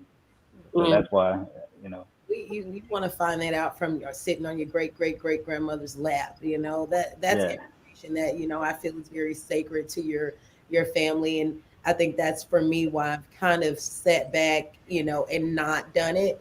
Not because I know it's not available. I know it's available, but I think it's more so of hearing that from directly, and also with what we do as tribal people. We mentalists, swallowing things. We don't know why we do these things, but there's also these little lessons in life that show you, or you'll find something out about your background. It's like, your uncle was a circus performer. You didn't know that, huh? Or so many. But Aisha, but the other thing on the flip side, you might be that great grandmother with your great granddaughter on the lap, and you know what I'm saying. So being the person that finds out that information, you know what I'm saying, now that's your tribute that you can pass it on. You know what I'm saying? You've established that You ground know, base. for me though, Ron, I found fire. And so now I don't have to explain on the lap what is going on because they see that it's embedded in me. And so like for me, I always say that I didn't fire found me. And so I didn't grow up. I'm not 11, 12 playing with fire. It was like, don't touch the stove. And I just remember my sister being that person. She liked to try everything. So she touched the stove, and everybody knows when you touch the stove, a ring goes around your hand. So you have this ring, of that. This is the old school stove, not the flat top. And so for me, I just remember listen and learn from what you see. Don't try this. Well, now your sister should be like, look at her. You told me don't touch the stove, but look at her. She's playing with fire. She didn't get in trouble. One day I was in my mom's backyard and she was like, that's real fire. And I was like, yes, Mom, it's real fire. Well, that's our Halloween special for tonight. I want to thank all of you guys. Thank you, all our special guests. You guys have made this a special show for us. Yes. And we appreciate you guys being part of the family. You guys that stuck around and watched this, and we'll be watching the rerun. Go ahead. You can always comment when you watch this. You can always comment. Be sure to follow at Tony the Mafia, at Keith, at Kong Mentalist, at Kong Mentalist, right? He didn't put on there. At Kong Mentalist, and at Mercer Blackwell, and Blue Flame. Is it at Blue Flame on your? Yes, I'll actually change it right here real quick. That's all right. We got it. We got to put it up for you. And you can follow at Rob Henlon, at Jessica Henlon, at Starr Dalton, and at your what's his name? Folklore. Matthew. We'll put it up, Matthew. All right, thank you guys. Stay healthy, stay safe, Happy and Halloween. stay serious. Yay. I love you guys.